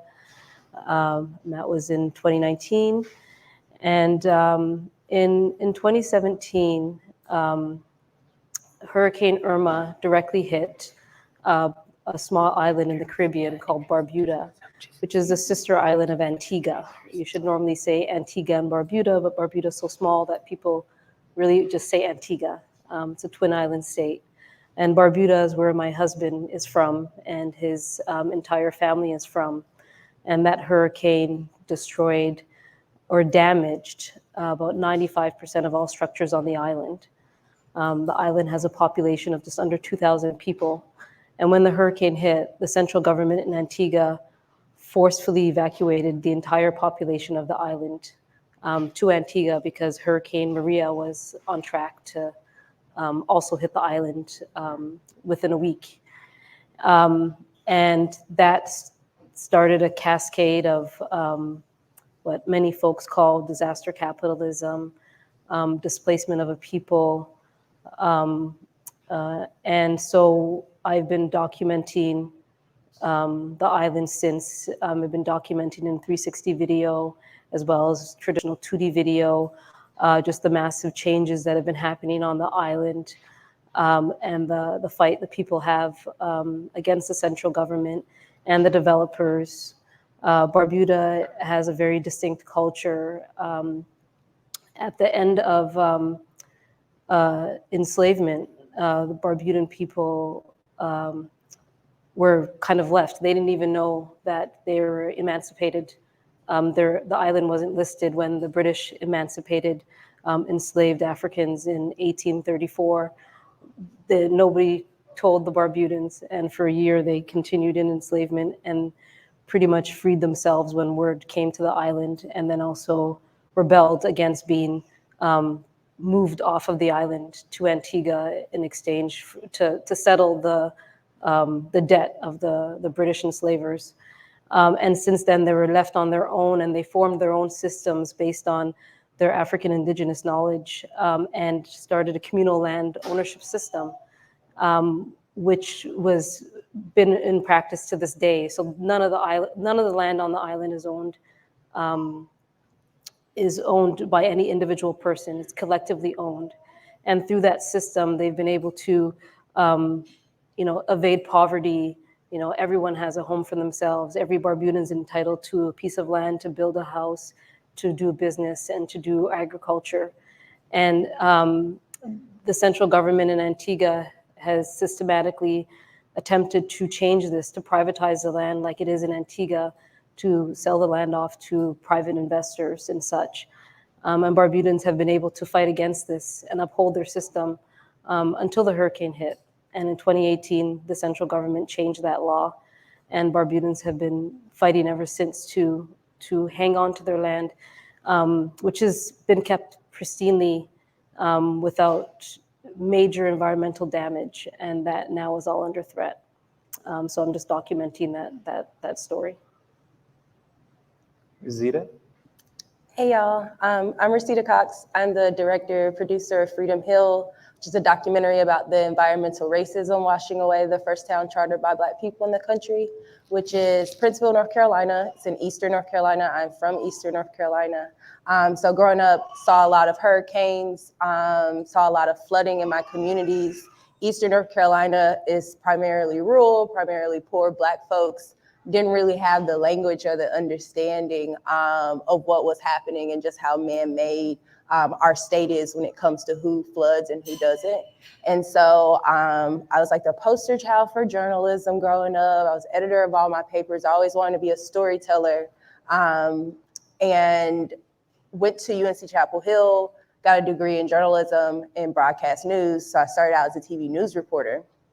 My first year as a reporter, I was sent to cover Hurricane Matthew, which flooded once again Eastern North Carolina, including my hometown, Kinston, and also Princeville. So I was sent to Princeville, North Carolina at 22 to cover the flood damage. And I saw the sign that said first town chartered by Black people in the country. And I was absolutely floored because I didn't know this information at all. We didn't have history lessons. We didn't go on a field trip. To find out just, down the road for me, it was the first town chartered by Black people, and my introduction to it was already underwater. So in that moment, I had something happen within me also. When you go to Princeville, you can kind of just like feel what type of place it is and the rich history there. And I knew that the news story that we were able to do was not going to do their story justice. I eventually transitioned out of TV news. The industry didn't align with my values. As a documentary filmmaker now, I'm like, the industry doesn't align with my values, but I enjoy and came to documentary because it gave me more more ability to be accountable to the communities I was covering than TV news did. And so as a documentary filmmaker, I went back to North Carolina in 2020. That's when we shot Freedom Hill. We're currently on our festival circuit. Was saying that I just left New Orleans where we showed the film. And yeah, that's me. I have an MFA in documentary film from Northwestern. I'm a freelance producer currently working on a project called Southmont Drive, which is also based in the South in Tuskegee, Alabama, about the director Ashley O'Shea's grandfather who raised 17 children in the Civil Rights era in rural Tuskegee, Alabama. So a lot of my projects, I see them as love letters to the South. I love being from the South. I love the South. I'm very confused why it's cold right now here, y'all. Like, I packed for different weather. But yeah, that's me. I'm really happy to be here and share space with y'all. Thank you all. Right now, we're going to cue the trailers for each of their respective films.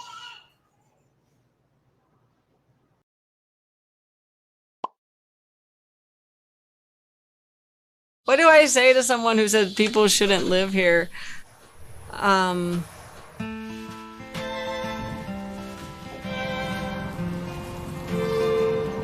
Yo, you got it? Pointe-à-Chan is one of the oldest communities in the state of Louisiana. Chitimacha, Washa, and Chawasha. So when the first Europeans came to Louisiana, this was inhabited. Our children, we want to teach them that here, Lower Pointe-à-Chan is not where we began. We began past that. Bala ne plus là, no more there. Nothing left. We are directly impacted by things that other people are deciding without our input. This was land right here. Oil companies cut that up. And there's a cemetery over there, and they tried to cut through that. We have been seeking federal recognition since the mid-90s. Federally recognized means that the government recognizes you are an indigenous community and that you have a government-to-government relationship with the United States. Hurricane Ida made landfall in Louisiana today, battering the southeastern Gulf Coast. It hit exactly the same day as Hurricane Katrina 16 years ago. This basin, the Terrebonne Basin, is the fastest eroding basin in the United States because people have made man-made decisions about who should be protected. Basically, Pointe-à-Chan is an afterthought. It's a ghost town now, man. I don't believe a ghost stay down here now. I mean, that's the hardest when you lose stuff like that. That's Malin, Reese, and Monk. No, you think y'all's house is fixable? I'm probably sure. Who's helping y'all the most right now? Nobody. Nobody. No idea. Okay. Nobody. Maybe they don't want us here because it'll just be a sportsman's paradise to go fishing, but this is our land. They did like us, they adjusted. This land is a reflection of us, our ancestors, because this is who we are.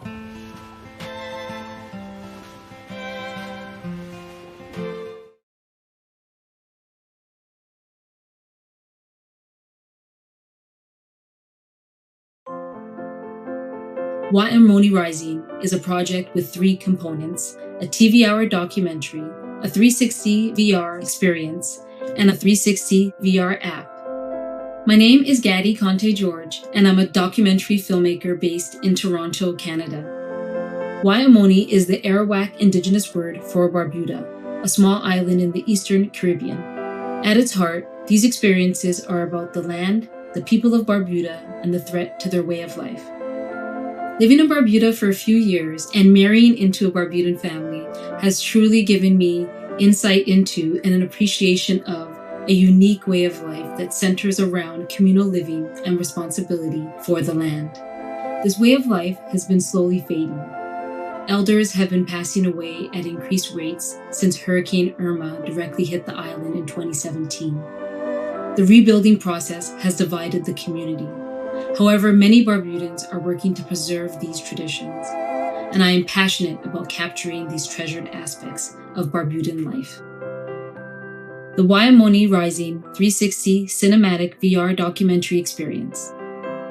Phil and George, my husband, a Canadian of the Barbudan diaspora, also known as Barbuda's first celebrity chef, returns to his ancestral home of Barbuda in 360 Cinematic VR to consider his role and responsibility in rebuilding a homeland still recovering from Hurricane Irma.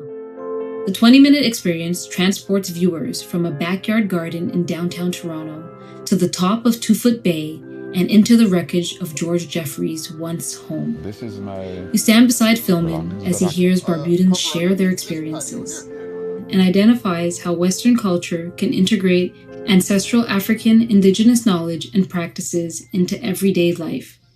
To follow the social, political, and environmental conflict, we have the TV Hour documentary.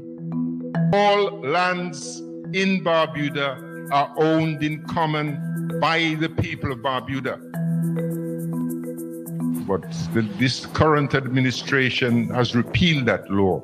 With intimate access, we are working with award-winning Barbudan photographer Muhammad Walbrook to capture various Barbudans on either side of the situation through observational and archival footage. We developed these projects with the support of these partners. And we have the National Film Board of Canada interested in co-production of the 360 documentary experience. We're looking to raise funds to complete all projects. I want to transport viewers to Barbuda to virtually feel the water caress you, the sun kiss your skin, the land ease your spirit, and the warmth of the people fill your soul. And maybe, just maybe, you can feel the magic that I do, and you'll want to take action to protect this beauty that is Barbuda, so the changes that take place over the coming years are done in line with the Barbudan community, and the delicate environment is not damaged as a result.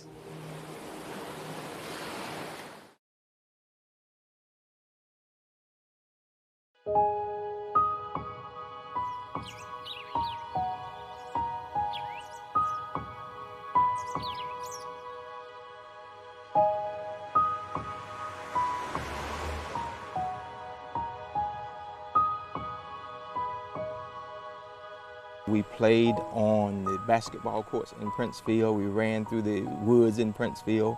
We made a lot of friends over here, longtime friends that I still talk to now. I was a shy, quiet kid. I kept to myself. Everybody knew everybody. We would walk to 1 or 2 or 3 stores. We knew that we would go to Ernest's store to get the pickles. We would go to Ms. Lilybell's store to get the penny candy. I don't want to live here again. More than 3 million people have been told to evacuate the storm. Closer to North Carolina than it has been in the past few tracks. These are people's personal items on the side of the road now, all thanks to Hurricane Matthew. It's supposed to have been a 100-year flood. It happened again 16 years later. It is a major hurricane, a Category 4, just on the verge of becoming a Category 5. I learned that politics dictates a lot of what happens in your city. We've been trying to change hearts for how many years now? Well, God changed hearts. My people can't keep depending on change hearts and words. Hallelujah! Thank you, Lord. Thank you, thank you, thank you. What a blessing, what a blessing.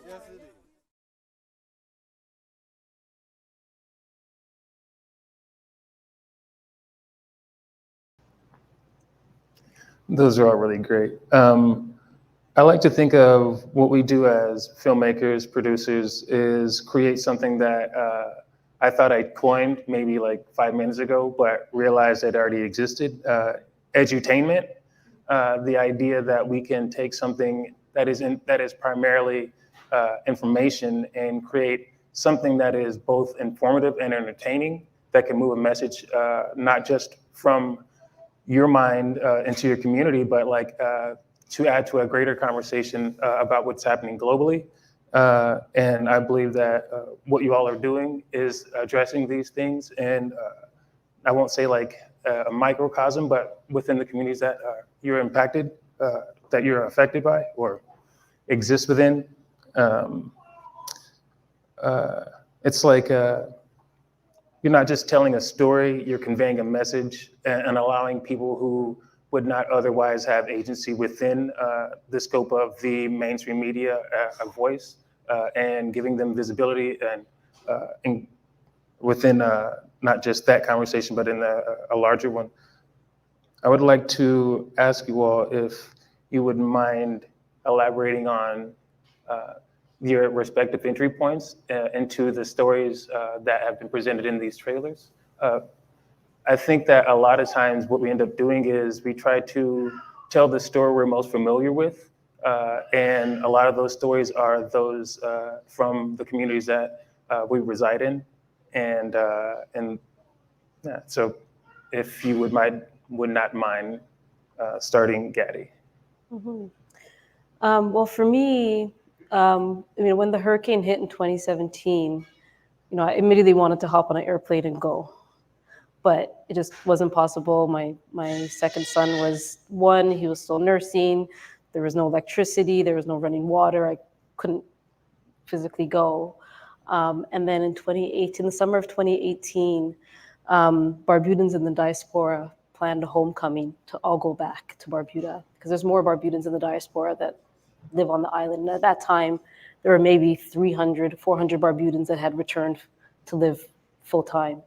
And so there was this call. And so Barbudans from around the world all went back. And I went back for that week. And I went back with my camera, my equipment, and started filming in VR, because I thought, most of the world has never heard of Barbuda. Most of the world won't go to Barbuda, but if I document it in 360, maybe people can virtually travel there. And all the fight for the land, and that was still brewing, so it really wasn't, for me at the time, it wasn't the priority. The priority was to kind of document this changing landscape, and what that landscape would look like over time. But and then I started going back every year and just kind of continuing to filming because it's a really complex topic, and I think sometimes these issues can be very black and white. You're doing damage. You want to show people who are fighting against that damage. But Barbuda's, I find it's really complex, because there's the whole economic issue where the economy was completely destroyed. How can the economy be brought back to life? It's a fishing community, it's a farming community, but that had never been enough for the island. And so having hotels on the island has always been a way for the island to have income. So you have these developers who want to come in and build and rebuild back the tourism economy. So there is benefit to that, but who will benefit and what is the cost? So there are many Barbudans who want the development to come, who want these developers to come, who want them to take over vast chunks of land and build private residences for the uber rich. So there's that complexity. So I found that really interesting to also document, because it's not this black and white situation, and there is no clear solution. If they go and there's no economic infusion to the island, how will the economy survive? So there's that. And then there's developers who want to come. Some call it greenwashing, but is it really, so kind of, looking at those questions too. So I feel like there's just a lot of layers. I'm not sure if that answers your question. Yeah. I feel like, how do I phrase it? The only way for me to really speak to it is to look at it from a process space, right? There's a story there, not necessarily saying that you set out to initially tell the story that you're telling now, but knowing that this needs to be documented in a way that allows people to find themselves present in that moment. And through that investigation, you're able to allow yourself to be open to the information that you're getting, and that in turn helps for you to present that same information within the proper context to a larger audience. Mm-hmm. Yeah, for me, you know, my process changed a lot throughout the process of making the precipice. I originally went down to, I'm not a member of the Pointe-au-Tremont Indian tribe. I'm not Native American. I originally went down to Pointe-au-Tremont a year and a half ago, 2 Aprils ago, because the parish closed down their school, their elementary school. And there was a huge outcry from the community that got a lot of press and a lot of people down there, and it got me down there, and started talking with the tribe and getting it and to know them and kind of what was going on, their history with education, and it was a continuation of a history a denial of education to this Native American tribe. And so that was in April, and then 5 months later, Hurricane Ida hit, and it completely changed kind of the story I was telling. I knew that the Pointe-au-Tremont was on the fastest eroding basin in the United States, and you know that was a part of the interviews I was doing at the time, and then it became a very big reality about what that means. And so, you know, for me, it became kind of an issue of just kind of something I heard recently is like, as a film director, you're turning up the volume on an issue, and it's kind of like someone in a stadium who starts a chant, and then everyone else starts to chant, and then there's a energy and an eruption that you know kind of brings something to the subject. And so for me, I'm trying to highlight that with Pointe-au-Tremont, in terms of climate change, they did nothing to cause these issues that are happening to them. In Pointe-au-Tremont, people were living on the ground in houses 20 years ago, and now they're 15 feet up in the air. And the only reason, and the fact is that Louisiana was growing until the 1927s. The state was growing. Like the sediment from the Mississippi River was coming down, and the state was building land. And there's 3 things that happened. The flood in 1927, and for commerce, they levied off the Mississippi River. The sediment was not coming down the river any longer, not building the land.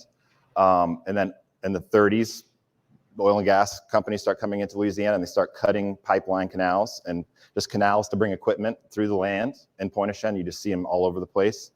And that brings in salt water from the Gulf, starts eroding the land. And then now we've got, you know, sea level rise, and it's a compounded issue.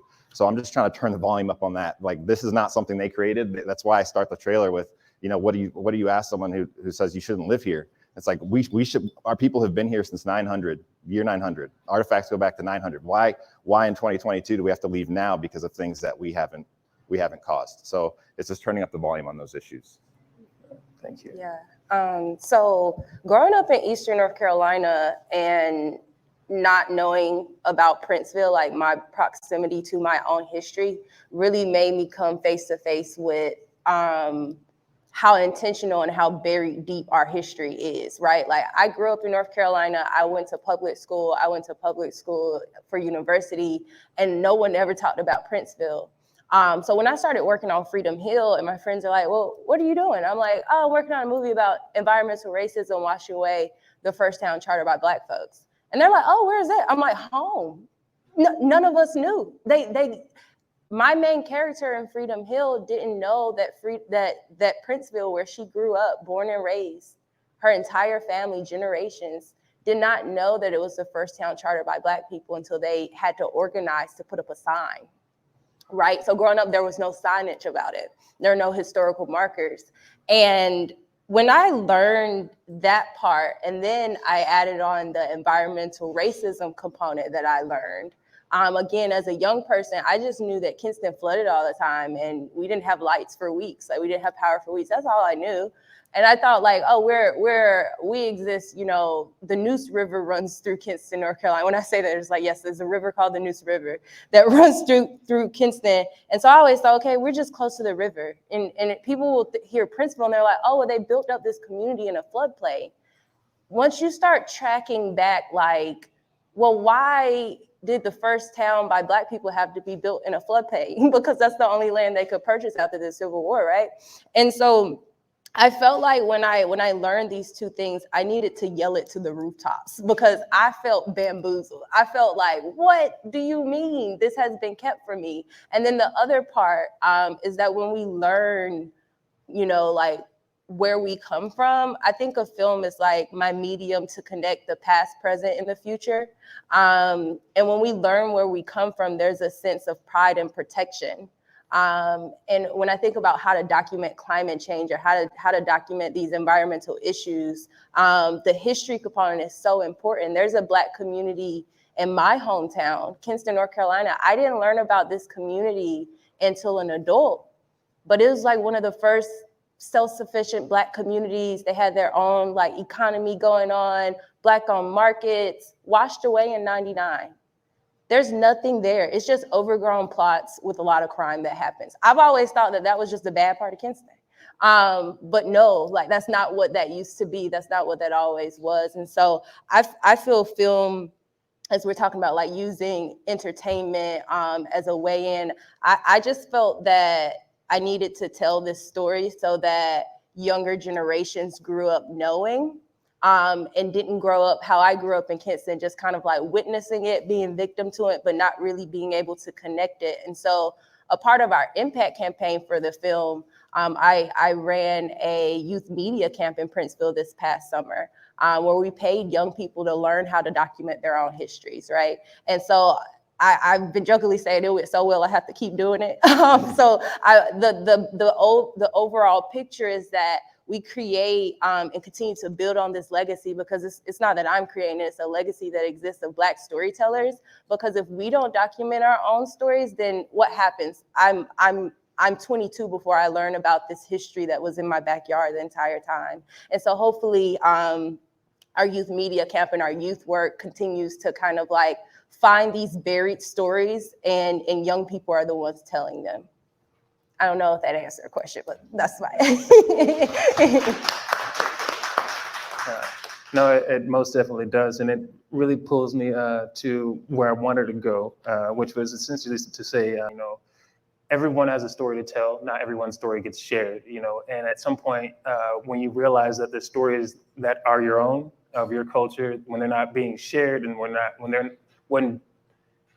it only takes one generation for the story in that history to go away, somebody's got to get mad as hell, like Miss Brown was saying earlier. You got to get mad as hell and do something different, right? You have to, once you are privy to the information, it becomes your responsibility to, you know, share that with someone else, whether it be someone in your family or whether it be your immediate community. I feel like what we do as filmmakers is, you know, not to say that everyone's walking around mad as hell, but you know, you exist in a place where you don't see yourself reflected and you see your stories being pushed aside. And at some point you have to say, I'm gonna take responsibility for this. I'm gonna carry the weight of this for as long as I have to carry it, and make sure that someone else will help me in that by just making sure it's available to someone else. Let's see. I had notes. So from what I'm hearing from you all and your respective documentaries is, you know, there is a lot of responsibility, a lot of shared responsibility, and it's not something that an individual can take on, as you can see from the individuals that are participating, that are being documented, that it takes all hands, all eyes, and it takes a lot of heart and effort and courage to move through these things. And what I would like to know from you all is, how has being privy to these things and putting yourself in these positions to be documentarians and storytellers that amplify their existence and their struggles and their persistence and perseverance to survive, to thrive and not just survive, how has that impacted you as individuals, not just as filmmakers? Because there's a part that isn't like, for me at least, it does a thing to me to hear someone go through a thing and to know that they are experiencing a sense of helplessness or potentially hopelessness, but are still pushing through because there is no other way. I can answer. I learned and grew and just like became more whole, like through Freedom Hill. It's a project that literally took me back home. I was in Chicago for the better part of a decade. And like, I have literally moved back to North Carolina now through this work. I always say that, like, I learned how not to tell a story as a journalist, as a TV news reporter, like almost like completely reject all of what I learned in journalism school now. And I say that to say, I choose intentionally not to focus on the trauma in our stories, right? And so I like to tell these restorative narratives, and in telling those restorative narratives, I have such a bigger viewpoint of the ecosystem of care and community that exists. And so we get really boggled down with, it's a whole bunch of stuff going on all the time, like stressful, depressing stuff. And I was on a panel when we screened at Black Star, someone had asked, like, how do you not become, so stressed with that? And how do you continue to find your way through? Are we trying to build a better world? And I'm like, I'm able to see through the people I do films on that the better world is already built. Like, the rest of the world maybe not in on it, but like my main character, Marquetta, when she learned that her great-great-grandmother was the only Black woman listed on the census that owned land in the South, in North Carolina, she moved back from Philly. She learned that. She's like, oh, I'm moving back to Princeville. Like, that's nothing. She moved back from Philly, moved to Princeville, started an organization called the Freedom Org. And their work is like centered around decolonizing everything they do, decolonizing all the practices in Princeville, and like showing up for the community, teaching them how to grow their own food, like teaching, like things like that are important in the work as we like strive for liberation. And so like being able to focus on those things and choosing to focus on it has like given me, it's opened up my imagination to like what is possible in the world that we can and currently do live in, that some people are creating right now. I love that so much.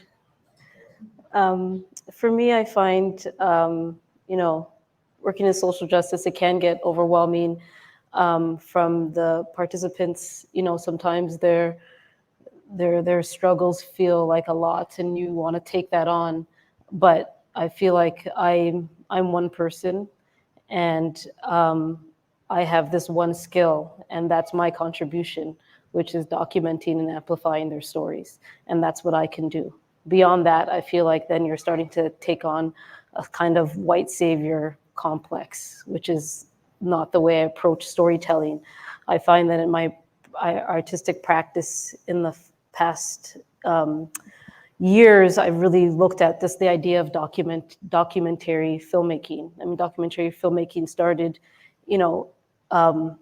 as an art form, in Canada by white men going to the north with their own perception of what the Inuit exist, and wanted to document it, but not really, it wasn't a two-way street. It wasn't an actual observation of how people live and wanting to capture that authentic reality. It was, they came in with their perspective and documented it in the way they saw.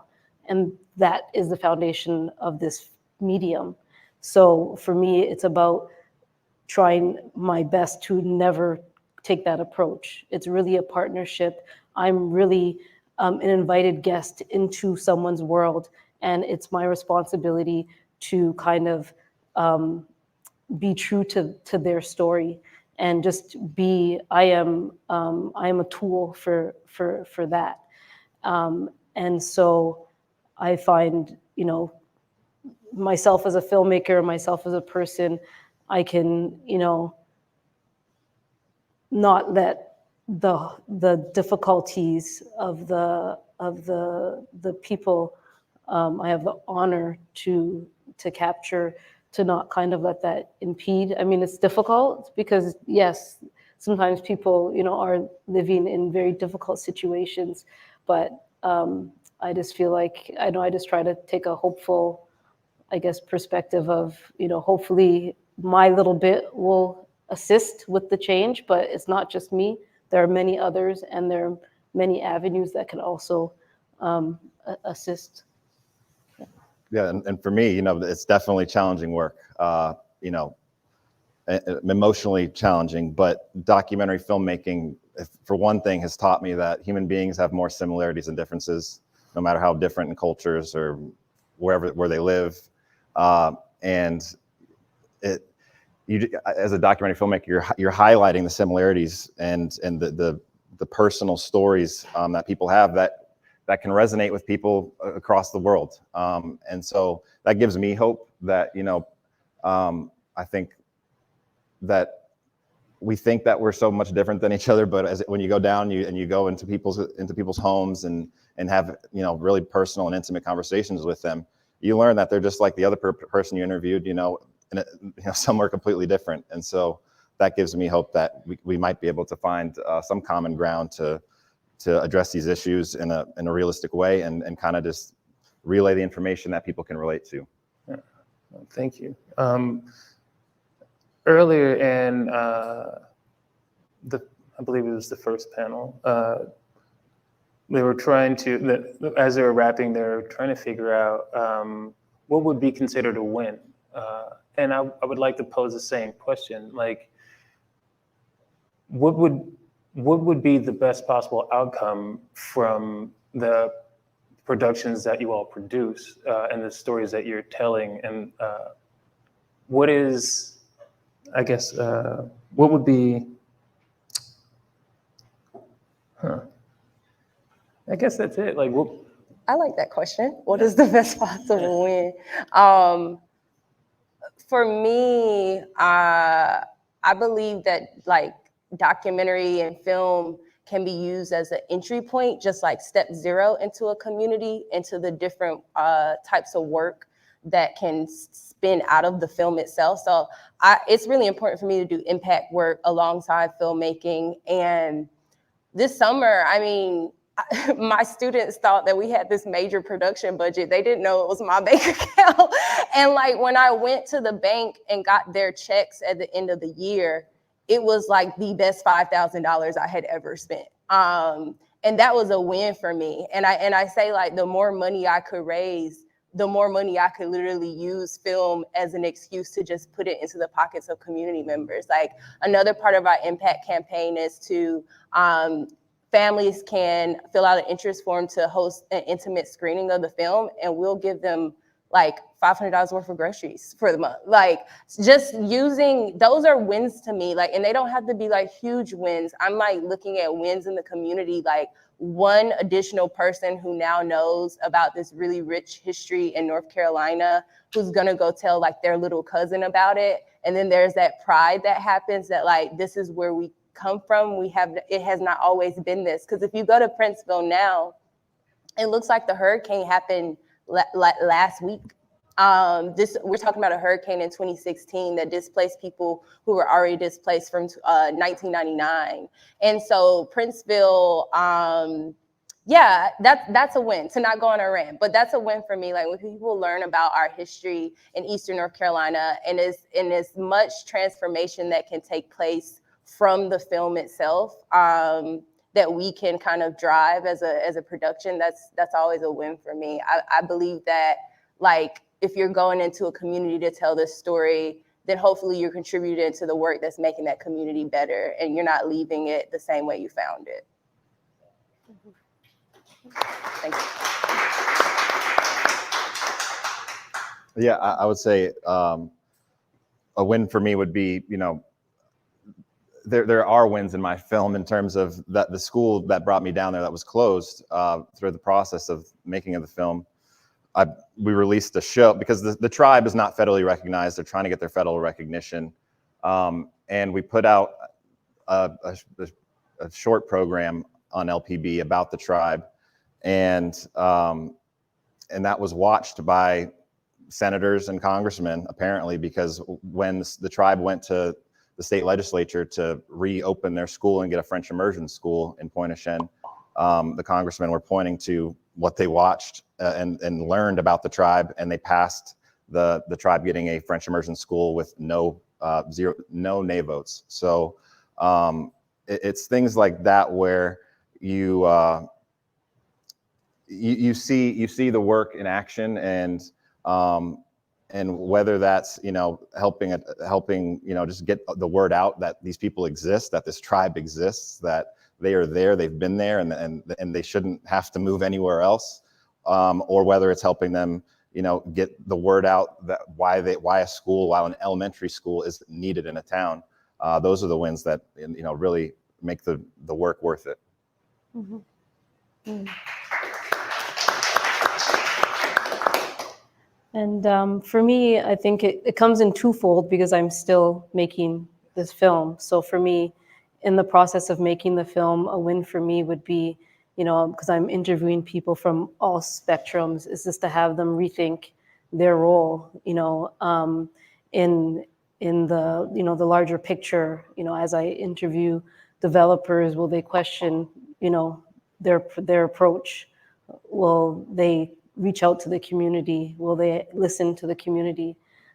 As I'm filming community, will more community become more engaged? So those would be wins for me. With the film being shared with the world, will more people know about Barbuda, about Barbudan people, will want to come and invest in the island, invest in the people, invest in their futures. So those would be the kinds of wins for me. Thank you.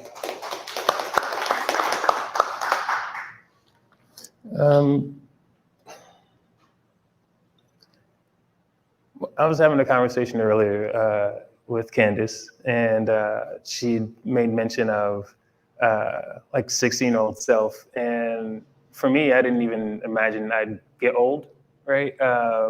So I think I would like to pose that same question. It's not even directly related to this at all, but I feel like sometimes we are so present in who we are and what we're doing that we don't take time to reflect on where we've come from and how we've grown through the process of just education and just being alive.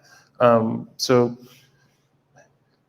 I don't even know how I'd phrase that question. So how would your 16-year-old self feel about what it is that you're currently engaged in and the subject matter that you're pushing out, and not say pushing out, the subject matter that you're presenting an unknowing public to?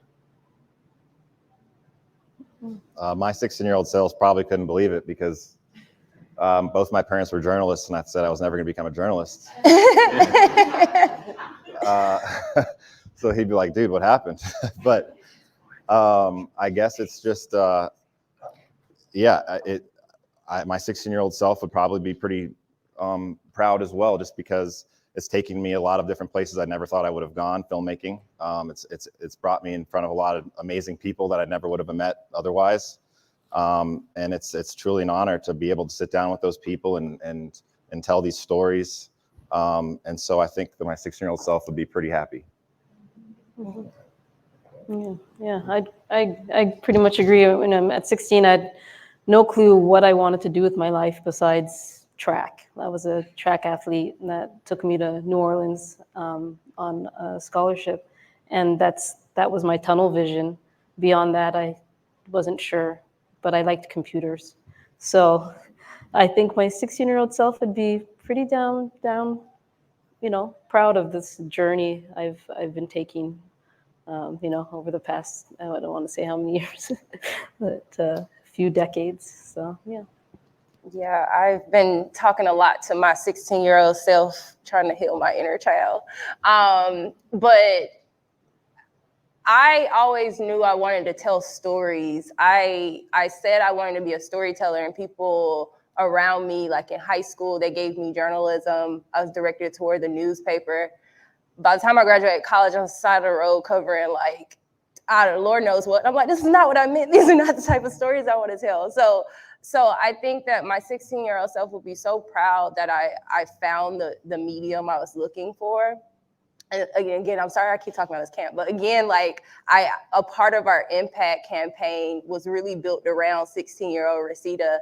And when I brainstormed the camp, it was because not only I don't want our stories to get lost, but if I had a camp that taught me documentary filmmaking that I went to at 15, I would be on my 15th film by now. I'm on my first film. If I were introduced to this as a child, you know, like I would be unstoppable. So I built this camp, like wanting to give that to the young creatives in the South and in rural, you know, America. And a lot of times those are the communities that get left out of the narrative or the thought around, like, you know, these programs. My students told me they never would have gone to a program like this. It doesn't exist in North Carolina. And so just really proud that I found this medium, and I find it my responsibility to pass it on, to tell other people. And the one thing that I am shocked about, I never would have thought I would be returning to North Carolina. I never would have thought at 16. At 16, I was fighting day and night to get out of Eastern North Carolina, and to get out of the South and to go to the city and all of this stuff. And now I can't stop telling people about North Carolina. I can't stop talking about the country. Like, I'm like, y'all come to the country, it's fun. So that's shocking, and that's really gorgeous. And so yeah, she's somewhere happy. No, I asked that primarily because I like the question, but also because, you know,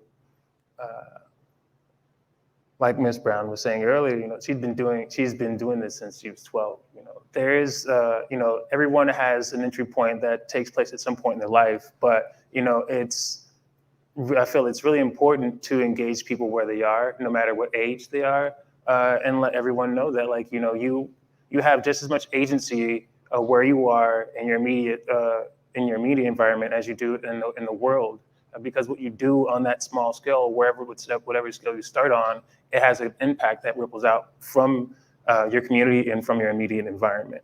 I think what I'll do now is turn to questions, and I'll start with, I don't know why I think everything's a touchscreen. Sorry, I don't have a Mac, so I don't know what this is. All right.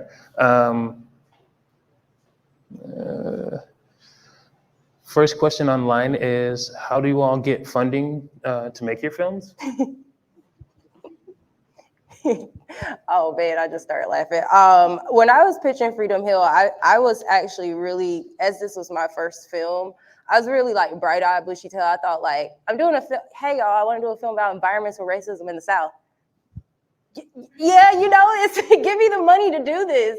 And it was a humbling experience because it's really hard to fund documentary films. And especially when you're constantly working against the industry that, as we keep talking about, doesn't really affirm your stories. And not only do you have to pitch your stories, but you have to like explain in depth why it's important. I've had people ask me, well, how does this story resonate with white audience members? And I'm like, and it's a normal question. I get that question a lot. And I'm like, I don't care how it resonates with white audiences. That's not my audience. But you know, when you say that, then it's hard to get funding. It's really hard to get funding. I was fortunate to get some grant funding from a Hulu accelerator program. So we got some production money early on from Hulu and Cartimquin, and just grants. And then once you dig your way through the grants and get all of those no's, you start looking for, you know, non-traditional funders, going to foundations that are doing environmental work, if your story is about environmental things. And you got to just get creative, but it's really hard. It's really hard to find funding, in my experience. Maybe y'all know where the money at. Yeah, well, I think I have a pretty different experience because I'm in Canada. And so we have a great funding system just because we are next to America. And, well, I say that because Canada can't compete with Hollywood. So our government has a lot of support to making films and supporting films because our films don't really make money. So there's a lot of granting systems in Canada, but a lot of the problems with that is that what is a Canadian story? And I think probably until 2020, Black stories were not considered very much Canadian stories, so it was very difficult to find funding. My first feature documentary, I raised more money outside of Canada than within Canada. I got a grant from Sundance for that film, and plugging into that institution opened a lot of doors and a lot of funding opportunities. So places like that, I would say to go to. And then through that, you'll learn about a lot of other funds. I would look up the Documentary Core application. A lot of funds, a lot of grants use that. And so pretty much it's the same questions that are asked, like what is your director's vision, the treatment and all the, once you have those foundational questions answered, you can apply to a lot of grants with what you've written. And a lot of foundations, broadcasters. I do a lot of work in television, so getting sales from broadcasters within, internationally around the world. A lot of broadcasters are interested in stories. I think to find more information about those, attend festivals, and the industry programming at festivals and major festivals are a great place to learn about the different funds, connect with the broadcasters, pitch your stories, getting into pitches, like Black Star has a pitch, TIFF, Toronto International Film Festival, has a pitch. There are many festivals that have pitches and opportunities, and just really doing your work to understand the funding systems that are available to you. You have to do that work. The money's not gonna come to you. And that, for me, is more work than actually making the film, is finding the money for the film. But in America, it's always the grass is greener. We have our government funding, but in America, you guys have the foundations and the private funding that comes in America is unlike I've ever seen anywhere else. And there's a lot of funds that I think you can tap into and, piece together your full budget. Yeah, this is my third documentary, and the first one I don't really have to worry about funding because Louisiana Public Broadcasting is kind of doing it for me. So it's new for me. The first two was on the ground and getting Kickstarters when Kickstarter was a big thing, and just kind of going out and finding the money yourself. But for this documentary, I've been fortunate to have Louisiana Public Broadcasting kind of back me on it. There's a second question online, and then I'll ask from the audience. It starts off with a comment. This is from Sherry. It says, "I love claiming organic granular. I love claiming organic granular wins. The grassroots that makes us who we are. How can we purpose creative technology to scale our coming together as community around these wins?"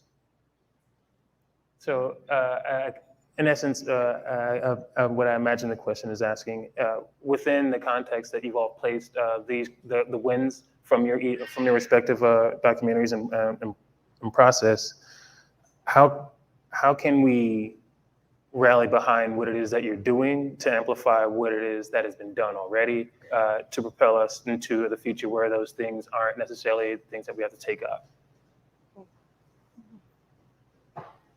Yeah, I think on terms of what I was saying about turning up the volume, and I guess it's just getting behind something that finding the passion behind it that the film kind of tries to convey. So my film is called The Precipice, and it was a kind of a twofold title of this town, Pointe-aux-Chenes, is on a precipice of either solving their climate issues and figuring this out or not. And on another more macro level, the world is on the precipice of figuring out this climate issue. And if you can't solve a problem like in Pointe-aux-Chenes, which is a small little town, then what are you going to do when the waters come for the next city? And it's so.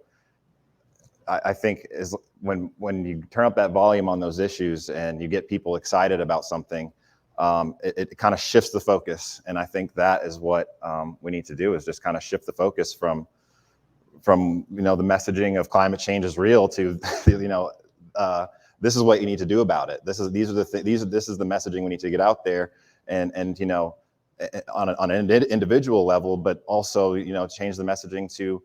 This is much bigger than an individual thing, and holding those who are accountable. Mm-hmm. Yeah, I think for me, it's important to leave a trail behind me for people who want to follow. So as we're talking about figuring out the funding landscape, figuring out, like the industry, making sure that, and a lot of my work is youth-based, but not just young people. I always censor young people when I'm talking about it. I want to say leave a ladder for young people to continue on telling these stories and using this creative medium to educate, to empower, to all of that, but also just people in general. We're doing like a tell your own story quick workshop with the North Carolina Environmental Justice Network in North Carolina. And that's just an example of like, how can we do a film screening, but also like give community the tools and the resources and the access so that I like am not, like how people in storytellers say, giving voice to the voice, and like, no, so that like they are able to use their own voice and have the tools to do so. And so, yeah, that's how I think about that question, just making sure you're opening yourself up to the community that you're working in and leaving behind those tools and those resources so they can follow if they want. Yeah, and just to piggyback, I think you guys have said all, but there's a Canadian filmmaker, Kelly Fife Marshall. She has the saying, make ripples where you are.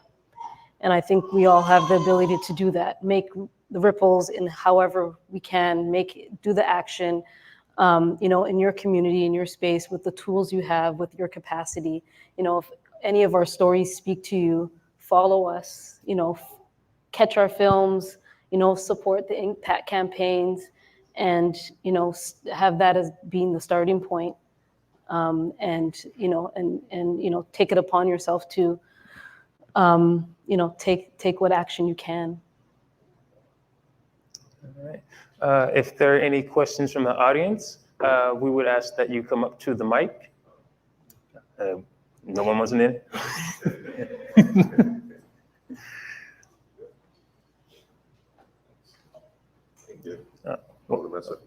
Sorry, I can't disconnect. Hi. So Rashida, I'm from Philly. My first two films premiered at Black Star, so I saw your film. I remember you. Oh, that's right, at the front. I like what you said. It's your first film. Like, I made so many mistakes. I wish I would have started earlier. Like, what was one thing that you, what did you learn? You know what I mean? Like, what was something you wish you knew? Because I made so many mistakes my first few films. It's like, man, if I would have knew this earlier. So what you're doing with your youth media project is amazing. Like, and also for you in Canada, I'm documenting a potential move to Canada before 2024, before the orange person returns. So potentially. So I'm noticing that documentation that a lot of white Canadians base a lot of their existence on not being America. You know what I mean? And so they ignore their own issues. Like, oh, we're not as crazy as them, but they have issues. So that's really a question. Like, does that inform your work? And have you noticed that? So. Yeah. So I say Freedom Hill is my first film. I had a film before Freedom Hill that I made all those mistakes on. The world won't ever see it. It's called Regrowth. And it's about environmental justice on the west side of Chicago. And it was told through the stories of these urban community gardens that pop up. And what I learned on that project, as a journalist, as a TV news reporter, I did everything. I was shooting my own stories, editing my own stories, doing my interviews, and then appearing on the news like nothing happened. And I would show up to people's homes with my camera, and they were like, "Where's your crew?" I'm like, "It's me." And so going into film, I thought that film was also an individual sport like that. I learned, in doing Regrowth, I was DPing, I was editing, and then someone finally said, you don't have to do all that over here, right? And I was like, what you mean? Like, you should not, you can, and some artists do that, but this is more of a collaborative sport, and that's why I love documentary filmmaking as opposed to journalism. And so I learned through Regrowth, and what I applied on Freedom Hill is I always talk about Freedom Hill. I say our film because it was such a collaborative, like, when my editor had something that he wanted to say about the movie, it wasn't just, well, I'm the director. Like, that's not, we had conversations, and I worked in conjunction and collaboration with my team. And that was really important lesson. And I think that's why, in my opinion, the film is so good, because it includes, and even in our characters, like, it's not just one central character, it's a portrait of a place. And so you hear from different voices, which I think is really important in deconstructing this, like, this traditional way we've been taught to tell stories and whose voice matters in a story.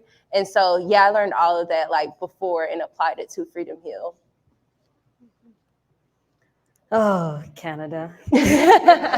So there's a saying that, you know, when America sneezes, we also catch the cold.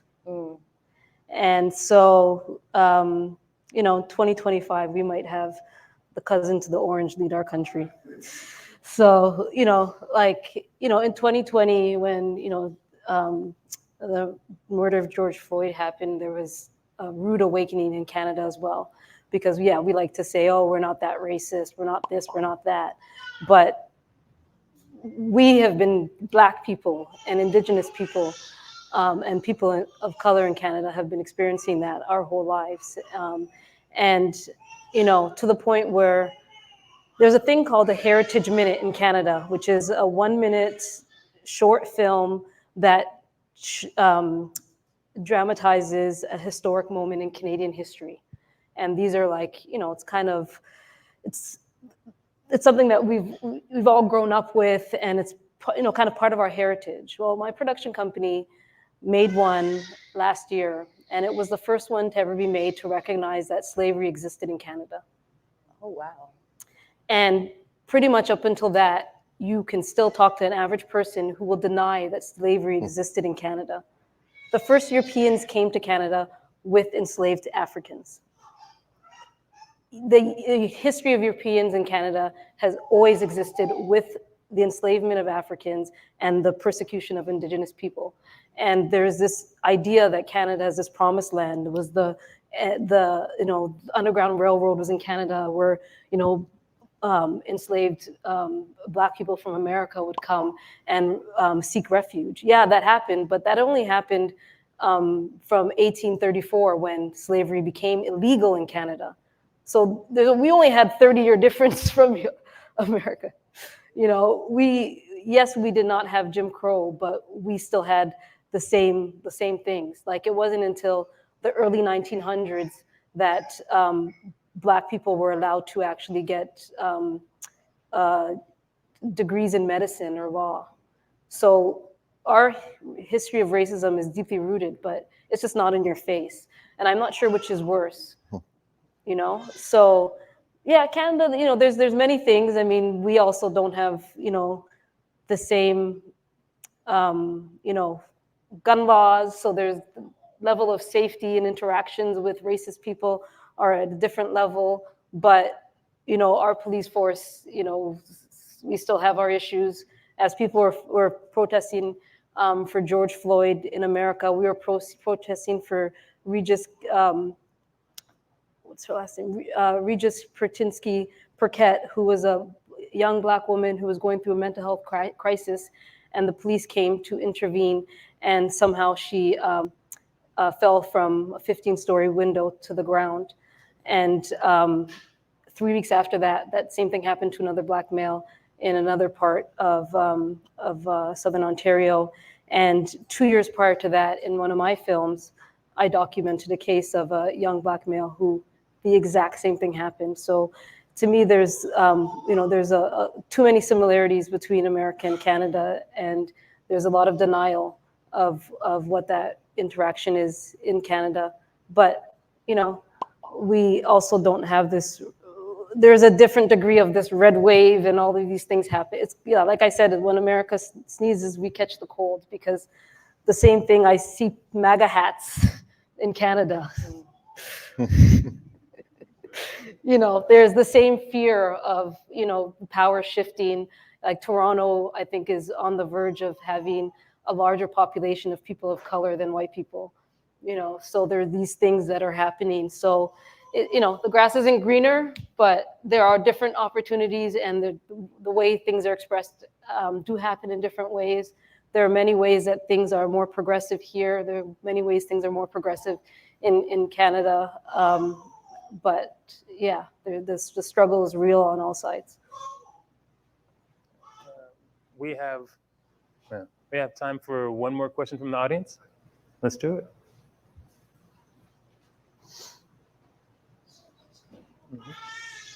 How's it going, y'all? No, it's my name is Gerard Foster. I appreciate y'all's stories and the work y'all put in. I do have a question.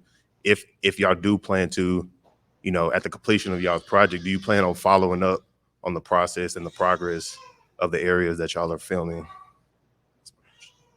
Yeah, I don't know if in terms of putting it on film, but I've made some very close relationships in Pointe-aux-Chenes that I'm just going to keep going back down and seeing how everyone's doing.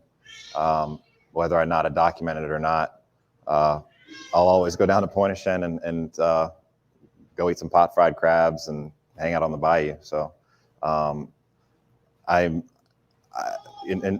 there's still a lot more to the story. I'm gonna have to finish this documentary before the tribe puts in their final petition for federal recognition. So I wish I had more time to work on it, but I know I'll always be going down to Pointe-aux-Chenes.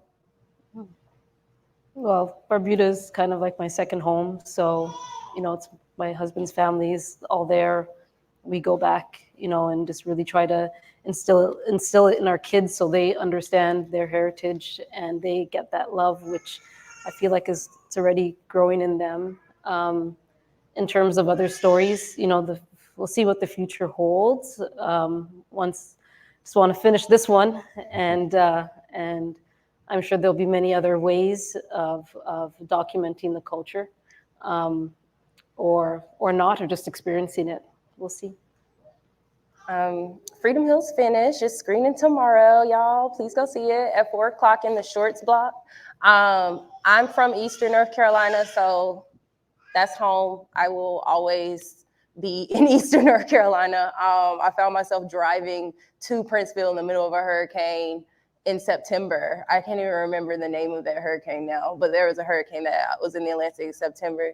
And I was on my way to the East Coast. And I'm like, what? I was going to pick up one of my students. I'm like, I'm really driving to the coast in this hurricane. But that to say, like, to give you a visual of like the pull that I feel to go back home. Like I'm always gonna go even in a storm. That was accidentally poetic, but yeah, I will always be back. Yeah. All right. I would like to thank all our panelists, not just those that are before you, but all that came before, and the moderators. This has been an honor for me. Been nervous the whole time. So You did thank great. you.